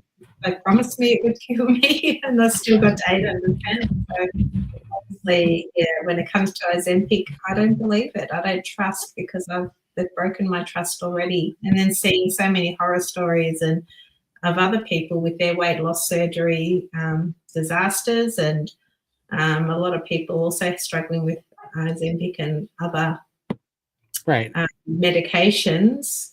Why do I want to risk that this is working? Yeah, it's not instant. It's been 3 years, and I've probably got another 3 years before I get to a place where that I'm content, but there's no hurry. Like, I'm not in a rush. I want to do this healthy. I want to be old and playing with hopefully grandkids and, having a fantastic life. And I just don't want anything unnatural to jeopardize that. So Right. And and also I want to make it clear, I'm not sitting here blaming anybody for wanting to use Ozempic or get a bariatric surgery or do any of those things. Like, I get it. Right. What I'm mad about is that there's a system in place when you're at your worst and you're lost and they're giving you all the bad information and all the wrong information. They're telling you to not eat the things that'll actually set you free from it. They're telling you to moderate the things that you're addicted to. And then when you can't do it, then they're happy to tell you that the cure for your best quality of life, because you're so broken, is for us to come in here and cut your stomach out. And now they're saying it's for us to come in here and paralyze your stomach with Gila monster venom. Like, what a sack of crap. What a terrible bunch of people, in my opinion. And they can consciously do it with, whatever. They can talk themselves into it because they want to just know enough of the lies that they can sell it, so that later when it snaps back and people go blind like they're going, when they have cancer like they're getting, when they have permanent gut paralysis, and when their bones are weak and breaking and they have disease, and when all that comes back, then these people that are right now championing it and making money off of it and pushing it, in their mind, they will, with a good conscience, step back, go, well, we just didn't know. And the reality of it is, a bunch of us just from have playing this game, this carnival game before, and understanding how this works, just on the surface level, we all know, looking at it, going, this is not going to end well, and there's already so much coming out that it's not going to end well, that it's really these people that are standing there at the gates of pain and suffering, willing to sell you a lie that's going to cause you more pain and suffering. That's what I have a real problem with. And there's a hell of a system out there that's built off of that right now. And I can't wait until we just dismantle it, make it go bankrupt, and make sure that they're thoroughly embarrassed for doing that. And then even when you did want to get it, I always thought the only way I would ever lose the weight is by getting duodenal gastric bypass. Okay. And that's what I thought was going to be it. And I tried for years trying to get it, and my insurance company kept refusing me. They maybe tried to jump through all these hoops of getting somebody out here, psychiatrist, and all the stuff that I got to deal with. Well, when you're homebound for all this time, you can't get those services to come to your house. Okay. They expect you to go in there. Now, I'm glad that I didn't get it, but for all those years that I did try to get it, the insurance companies always put up all this red tape. Even though I'm 700 pounds, what's my answer? To back then. Now that I found carnivore, I don't want it. I'm glad I didn't get it, but I wasted a lot of years. What does that tell you? What does that tell you too? They didn't want me to get it. Right, but why did you have to find carnivore? Why did they demonize? Right. The reason why they demonize the meat, they demonize the cholesterol, they go after the animal products from every angle. It's it's not humane to animals, it's not all these things, it's not sustainable for the planet, all the lies that they tell. You cannot sit here and tell me that some guy that's stuck in his apartment in Chicago and some moron in Montana that's just working in construction stumbled onto carnivore and found the magic, the real magic pill, the real answer to it. And all these people that just, just innocently are attacking everything and telling us not to do the things that we just did to get free. All those people are just doing it by accident because they just don't know. But it also just so happens that when they do that, it keeps us lost and it keeps us looking for answers that we're willing to pay for at costs way greater than money, right? Costs with our life and costs with our mental health and costs that sometimes are irreversible. That's why I get so mad about this, because there's no damn way that this is a coincidence, and there's no damn way that they just don't honestly know, because the real science has just been too expensive to do. It's just every time they do science, it's always based off of a business model of selling a drug or a product of something to sick people, and there's no incentive at all to making them healthy. And when they find out that something might be making them healthy, like Lindy losing 500 pounds eating meat, if that was Ozempic or one of these pieces of crap drugs, she would be known all over the news. Yeah, her phone would be nonstop ringing. Right. Yep.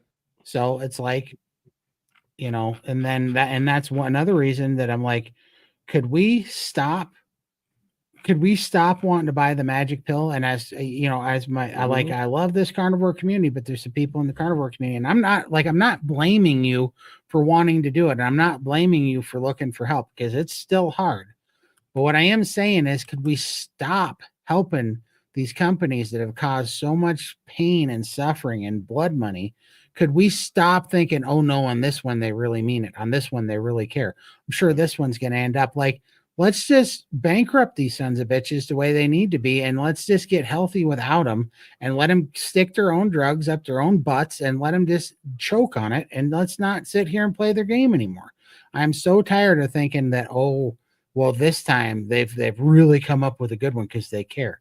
I know that there's caring people that work at these companies, but the systems that they have built to do this is built on profits, and they don't give a damn about pain and suffering, and they do not care. They are literally just peddling this crap for their bottom line, and it's not a mistake. So I don't know. I'm just getting really fed up this week about every time you turn around, oh, you can't say something bad about Ozempic because because that's whatever. And then, oh, you can't say that you could never, that you could be free from addiction ever because that's dangerous and all this stuff. And it's like, why were we meant to be, were we created or put on this earth to be forever a victim of addiction and sickness, or were we put here to thrive? And I think we're put here to thrive, and you can see it happening if we just get our head out of this whole nonsense, So I don't know. And Daryl brings up all the lawsuits that are going on now. Right.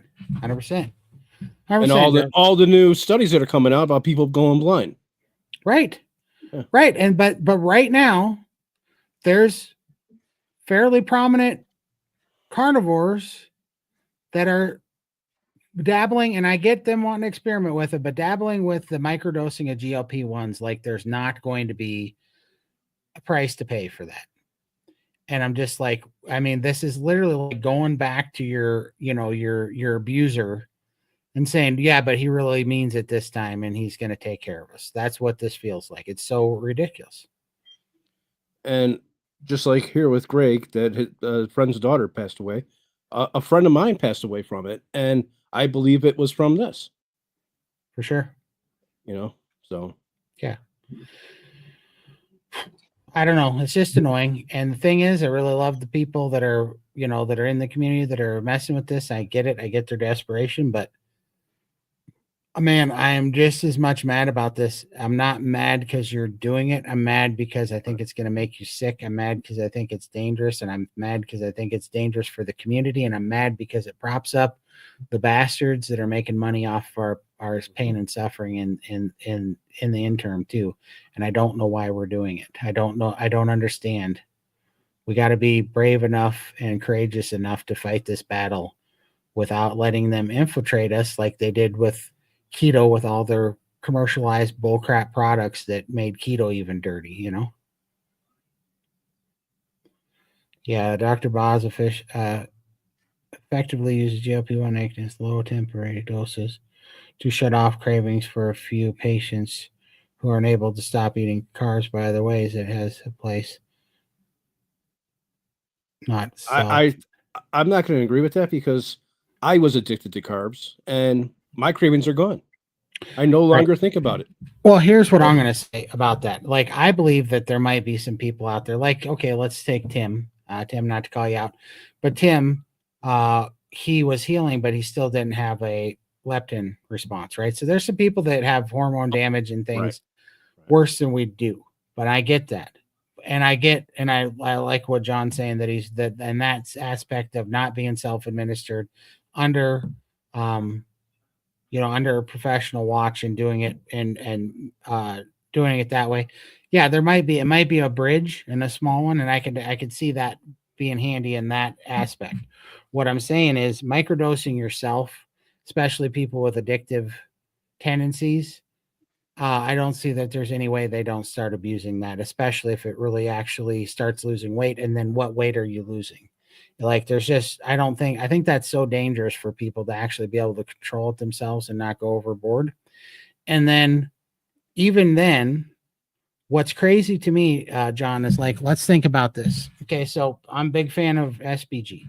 SBG though gets its bad name, or gets its trolls that come out and say that what we're saying is dangerous because we're telling people that they can heal their body by eating more, and that people with binging addictions and all sorts of food addictions and all this stuff, that it's bad for them, even though they don't know actually what we say. And John, you know what we say in there, and we're not giving anybody the green light to go take the wheels off and just go crazy.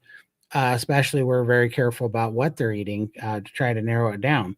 But the reality of it is, John, in your estimate, do you think that it would be more likely that if people primed and ate enough food, enough nutrients, and actually got healed, or actually got nourished over, even if it took a year and a half, if you got nourished over a year and a half, do you think that has a better success of not having side effects long term and even unknowns? Or being less dangerous, let's say, than microdosing GLP-1s, even under a doctor.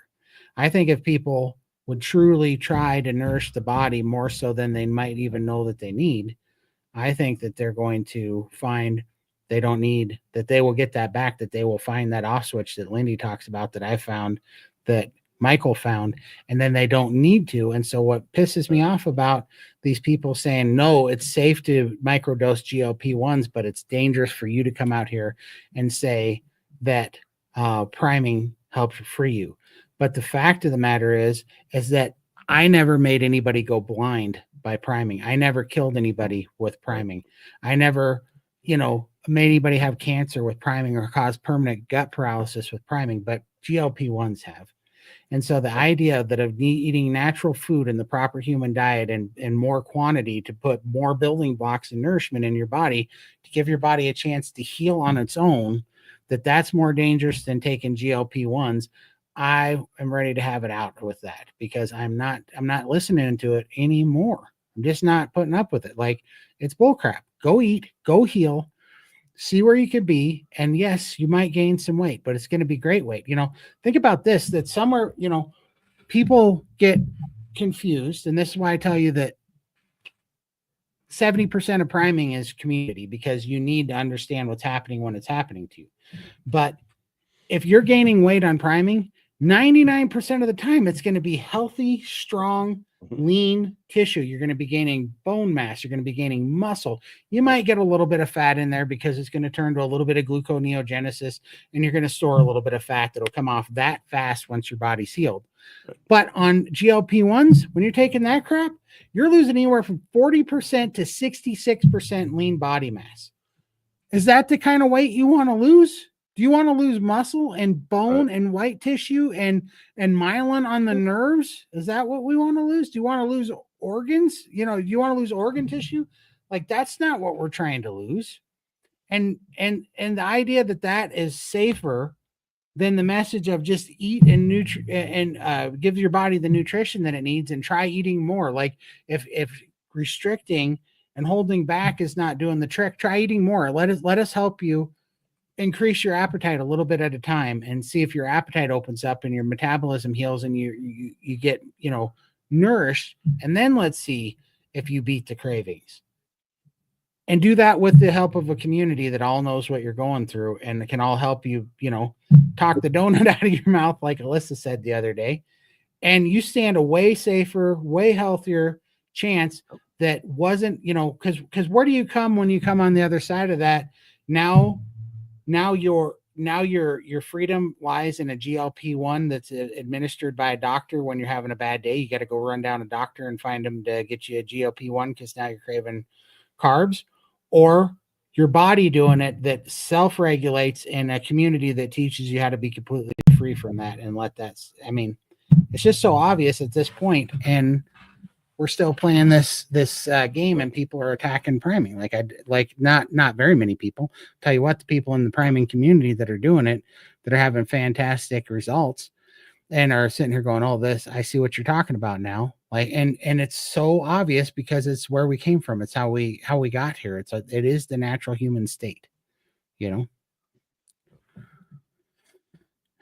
right. Well, my favorite topic got me in trouble again, didn't it? We're all gonna get strikes tomorrow. We are. None of us are going to be here. It's nice knowing y'all. We might not be here next week, folks. We might.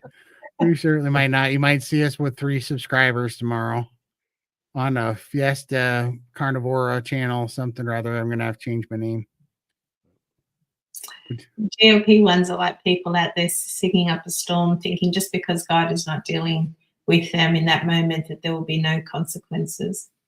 100%. All right. Who knows what it's going to be in 10 years from now? Right. With the side effects. So I'm sorry we couldn't get to all the questions tonight. We kind of went over. I got too mouthy tonight, obviously, and talked too much, but I appreciate y'all.